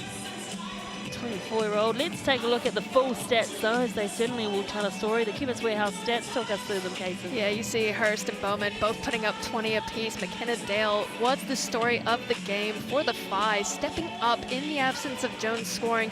And Snyder not far behind with 20. Glad to see her get going this game. McSpadden with 13. Paige Bradley doing Paige Bradley things, chucking up 17 points. And you see here, Cho, 9 rebounds, as well as McKenna Dale. Again, 2 pivotal players for both teams, as Bowman and McSpadden chuck up 8 and 9 respectively. Zoe Richards-Jones 4 apiece, Paige Bradley and Kaylee Smiler as well. And Bradley doing Bradley things, dishing out 5 assists. Laura McSpadden dishing out 6. Like we talked about, she can do it all. And Bowman with 4, D'Angelo with 3, Hurst and Chow with 2 apiece, and Hokianga with 2, Smiler with 5, Dale and Kirasame with 1 apiece. Again, sharing the ball well, both teams. And blocks. Cho with 2, McKenna Dale with 3, Kaylee Smiler with 2, Bowman with 2, and Dunn with 1. So the tallest player on the floor unable to collect a block tonight. So we see this tells the story of the game, the steals, the Hoiho. So many steals, did a great job, stuck to their scouting report, had a massive wake-up call from the last games, started this series 0-3, got the win tonight. As McKenna Dale, again, see her, I'm surprised she wasn't at the top of that MVP board as well. But just doing a great job, the Hoiho. Come to work, did the job, and got the win in the end. The game's coming up next round. It is a replay of the match we saw last night. The Northern Kahu will host the mainland Pouakai. The Pouakai, the first teams to dish a loss to the Kahu this season. The Whai will go up against the Queens, but they'll be back at home after 2 losses on the road. As I mentioned, they just lost by 2 points after trailing by about 16.